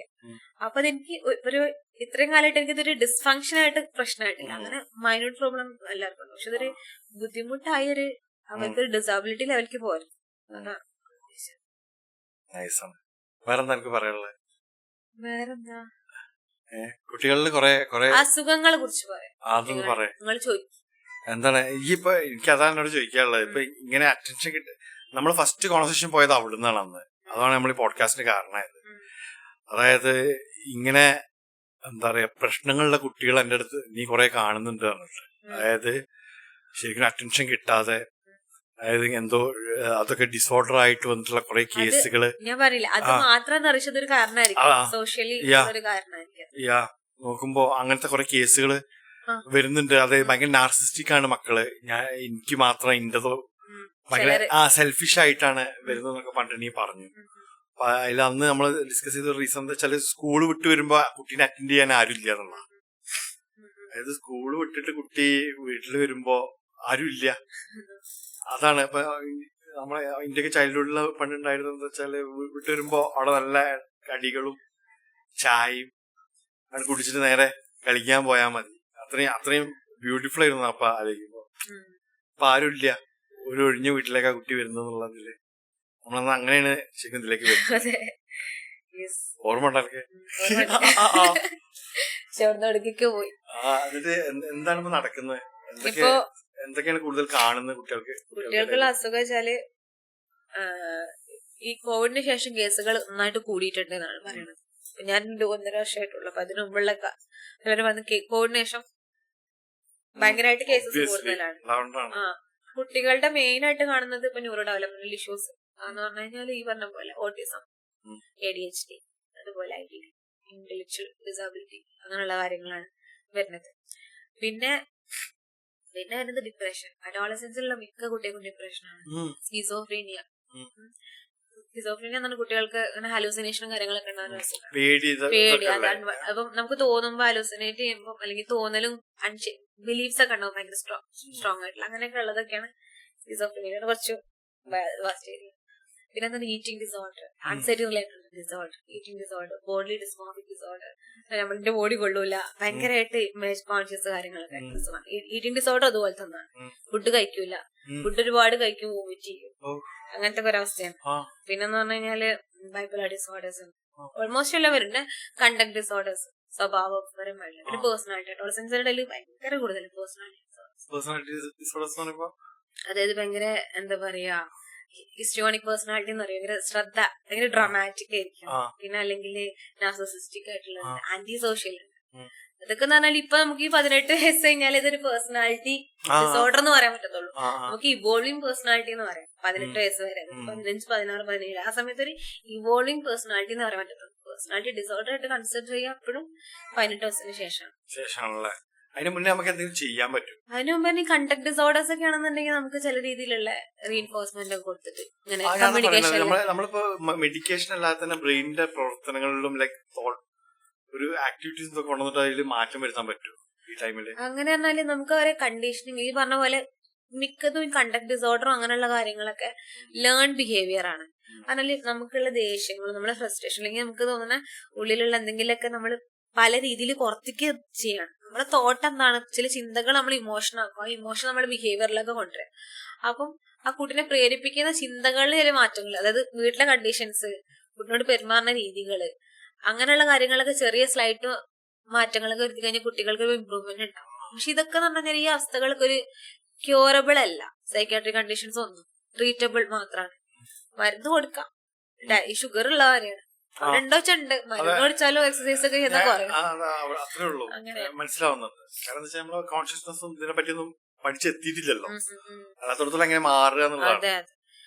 പിന്നെ അതില് കൂടുതലായിട്ട് ഇതാണ് ആങ്സൈറ്റി റിലേറ്റഡ് സാധനങ്ങളും പേഴ്സണാലിറ്റി, ഭയങ്കര ഇൻസെക്യൂരിറ്റീസും എപ്പോഴും പേടി അല്ലേ, അതല്ലേ ഞാൻ ജഡ്ജ് ചെയ്യോ എന്നുള്ള പേടി ഭയങ്കര കുട്ടികൾക്ക്, അത് ഭയങ്കരമാണ് കുട്ടികൾക്ക്. ചിലപ്പം അവരച്ഛനും അമ്മയുടെ അടുത്തും പറയാത്ത കാര്യങ്ങൾ നമ്മുടെ അടുത്ത് പറയും തെറാപ്പിന്റെ സമയത്ത്. അപ്പൊ എന്താ പറയാ, ഒരു കുട്ടി ഉണ്ടായിരുന്നു, ആ കുട്ടി ബേസിക്കലി ഫ്രം വെസ്റ്റ് ബംഗാളിൽ നിന്നാണ്. കുട്ടി വേറെ സ്ഥലത്തേക്ക്, നോർത്ത് ഇന്ത്യയിൽ വേറെ സ്ഥലത്തേക്ക് മൈഗ്രേറ്റ് ചെയ്തു. അപ്പോ ആ കുട്ടിക്ക് ഈറ്റിംഗ് ഡിസോർഡർ ആയിരുന്നു. അപ്പൊ നമ്മുടെ അടുത്ത് ആരുടെ ഒന്നും പറയുന്നില്ല കുട്ടി. ഞങ്ങൾ ഒരുപാട് സെഷൻസ് എടുത്തു. അപ്പോഴും കുട്ടി ഓപ്പൺ അപ്പ് ആവാൻ റെഡി ആണില്ല. ഒരു ദിവസം കുട്ടി കാര്യങ്ങൾ പറഞ്ഞു. അപ്പൊ എന്താ വെച്ചാൽ ഇവര് വെസ്റ്റ് ബംഗാളിൽ നിന്ന് ഒരു പഞ്ചാബ് പോലെയുള്ള ആ ഒരു ഏരിയയിലേക്ക് മാറിയിട്ടുള്ളത്. അപ്പം കൾച്ചറൽ ഡിഫറൻസസ് ഉണ്ട്. അപ്പൊ കുട്ടിക്ക് ബോഡി അവളുടെ ഇഷ്ടമല്ല. ഞാൻ എന്റെ എന്താ പറയാ സ്കിൻ കളേഴ്സ് അല്ലെ അതൊന്നും അവൾക്ക് പിടിക്കണില്ല, ഇഷ്ടമല്ല ആൾക്ക്. അത് മാത്രല്ല, പിന്നെ അവിടെയുള്ള കുട്ടികൾ ഭയങ്കര കമ്പാരിസൺ ആണ്. ആ കുട്ടിക്ക് ഓൾറെഡി ഭയങ്കര എല്ലാ കാര്യങ്ങളും പെർഫെക്റ്റ് ആയിട്ട് ചെയ്യണം, അല്ലെങ്കിൽ ഇങ്ങനെ ചെയ്തില്ലെങ്കിൽ ആങ്സൈറ്റി വരുന്ന കൂട്ടത്തിലുള്ള ഒരാളാണ്. OCPD എന്ന് പറയുന്നത്, അതായത് ഒബ്സസീവ് കമ്പൽസീവ് പേഴ്സണാലിറ്റി ഡിസോർഡർ ഒരു ട്രൈറ്റ് എന്ന് പറയാം കുട്ടികളാകുമ്പോൾ. അപ്പൊ ആ കുട്ടിക്ക് എല്ലാം പെർഫെക്റ്റ് ആയില്ലെങ്കിൽ ഭയങ്കര ടെൻഷനാണ്. അങ്ങനെയുള്ള ഒരാളടുത്ത് അവൾക്ക് എപ്പോഴും കമ്പാരിസൺ ഉണ്ട്. വീട്ടുകാരിൽ തന്നെ നടന്നു പോകുമ്പോഴേക്കും ആ കൊച്ചിനെ നോക്ക്, അത് ഫിസിക്കലിയാണ് കമ്പയർ ചെയ്യുന്നത്. അപ്പൊ ആ കുട്ടിക്ക് ഭയങ്കര, കുട്ടി എന്ത് ചെയ്തു, കുട്ടി കുറച്ച് ചബ്ബിയായിരുന്നു. 52 കിലോ ഉള്ള കുട്ടി എത്ര കുറച്ചു കാലം കൊണ്ട്, സമയം എനിക്ക് ഓർമ്മയില്ല, 28 കിലോ ആയി. ആ കുട്ടി അപ്പൊ എത്ര കഷ്ടപ്പെട്ടിട്ടുണ്ടാവും മെന്റലി. അവൾ ആ ചിന്തയിലേക്ക് എത്തിക്കണം എന്നുണ്ടെങ്കിൽ, ആ ബിഹേവിയറിലേക്ക് അവൾ കൊണ്ടുവരാനുള്ള തോട്ട് എത്രത്തോളം ഉണ്ടാവും അങ്ങനെ. അതെ, കുട്ടി എന്നിട്ട് കഴിക്കൂല, ഫുഡൊന്നും കഴിക്കില്ല. കഴിക്കുകയാണെങ്കിൽ തന്നെ വളരെ കുറച്ച് കഴിക്കുക, അല്ലെങ്കിൽ ഇത് അടി വെക്കൂല എന്ന് തോന്നുന്നു സ്പെസിഫൈ ചെയ്തിട്ടുള്ള ഫുഡ്സ് കഴിക്കുക, അങ്ങനെയൊക്കെയായിരുന്നു. ഓവറായിട്ട് എക്സസൈസ് ചെയ്യും. ഇത് ഈറ്റിംഗ് ഡിസോർഡർ ആണ്. അപ്പൊ ആ കുട്ടിക്ക് വീട്ടിലേക്ക് ആദ്യം മനസ്സിലായില്ല എന്താന്നുള്ളത്. ഫുഡ് കഴിക്കില്ലാന്നപ്പോ തടിയുള്ള കുട്ടിയല്ല, കഴിക്കേണ്ട, കുറച്ച് കുറഞ്ഞോളൂന്ന് അവര് വിചാരിച്ചു. ഇതൊരു വർഷത്തോളം കണ്ടിന്യൂ ചെയ്തിട്ടാണ് ഇവരത് ഈ ഒരു ആ കുട്ടീനെ നമുക്ക് ആ കുട്ടീന്റെ ഫോട്ടോ നമുക്ക് തിരിച്ചറിയാൻ പറ്റില്ല, അങ്ങനത്തെ അവസ്ഥയിലോട്ട്. പിന്നെ നമ്മള് ഓരോ രീതിയിലുള്ള തെറാപ്പി കാര്യങ്ങളൊക്കെ കൊടുത്ത് അങ്ങനെ മരുന്നും പോകുന്നുണ്ട്. അങ്ങനെ ആൾക്ക് വിഷപ്പിനോടുള്ളത് കുറച്ചും കൂടെ വിഷപ്പൊക്കെ വന്നു കഴിക്കാൻ തുടങ്ങി.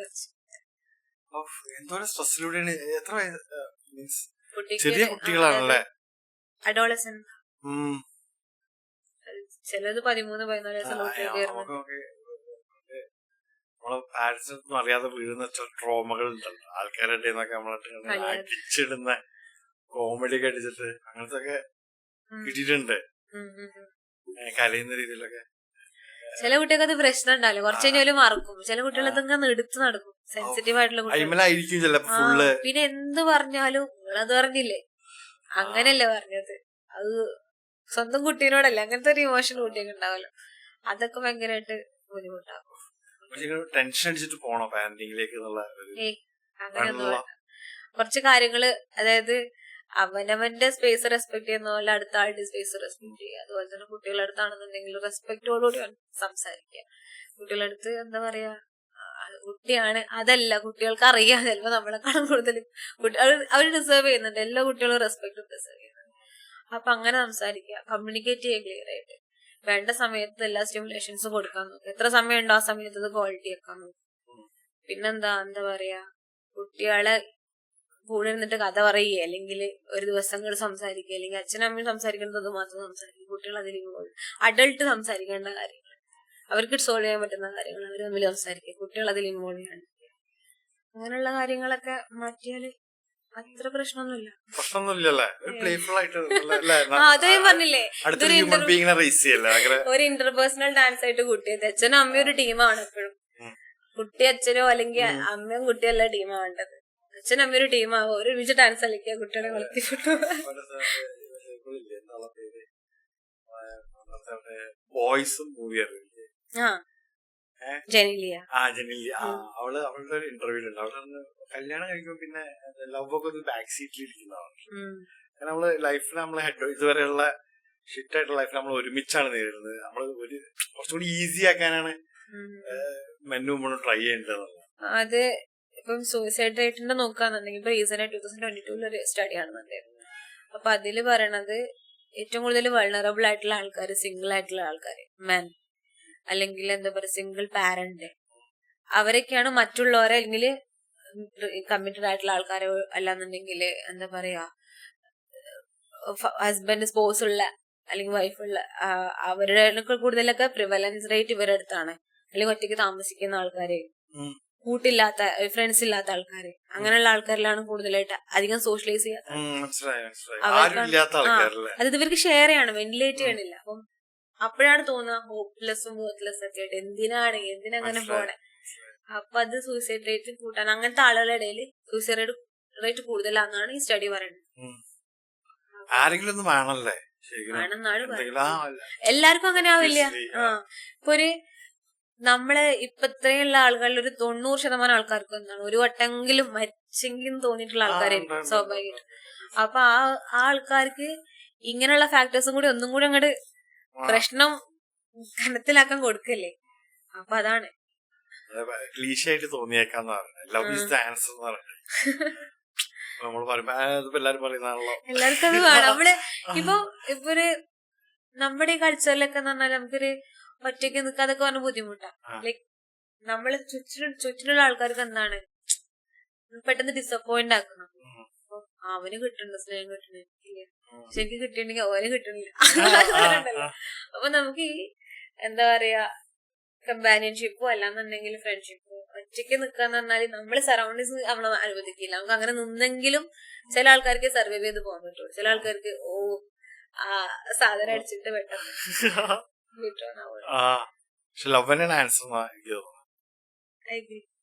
Love is all you need എന്നാ പറഞ്ഞത്.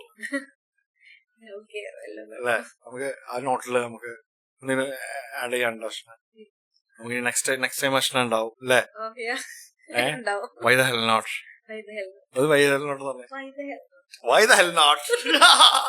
ശരിയല്ലേ? That's a wrap.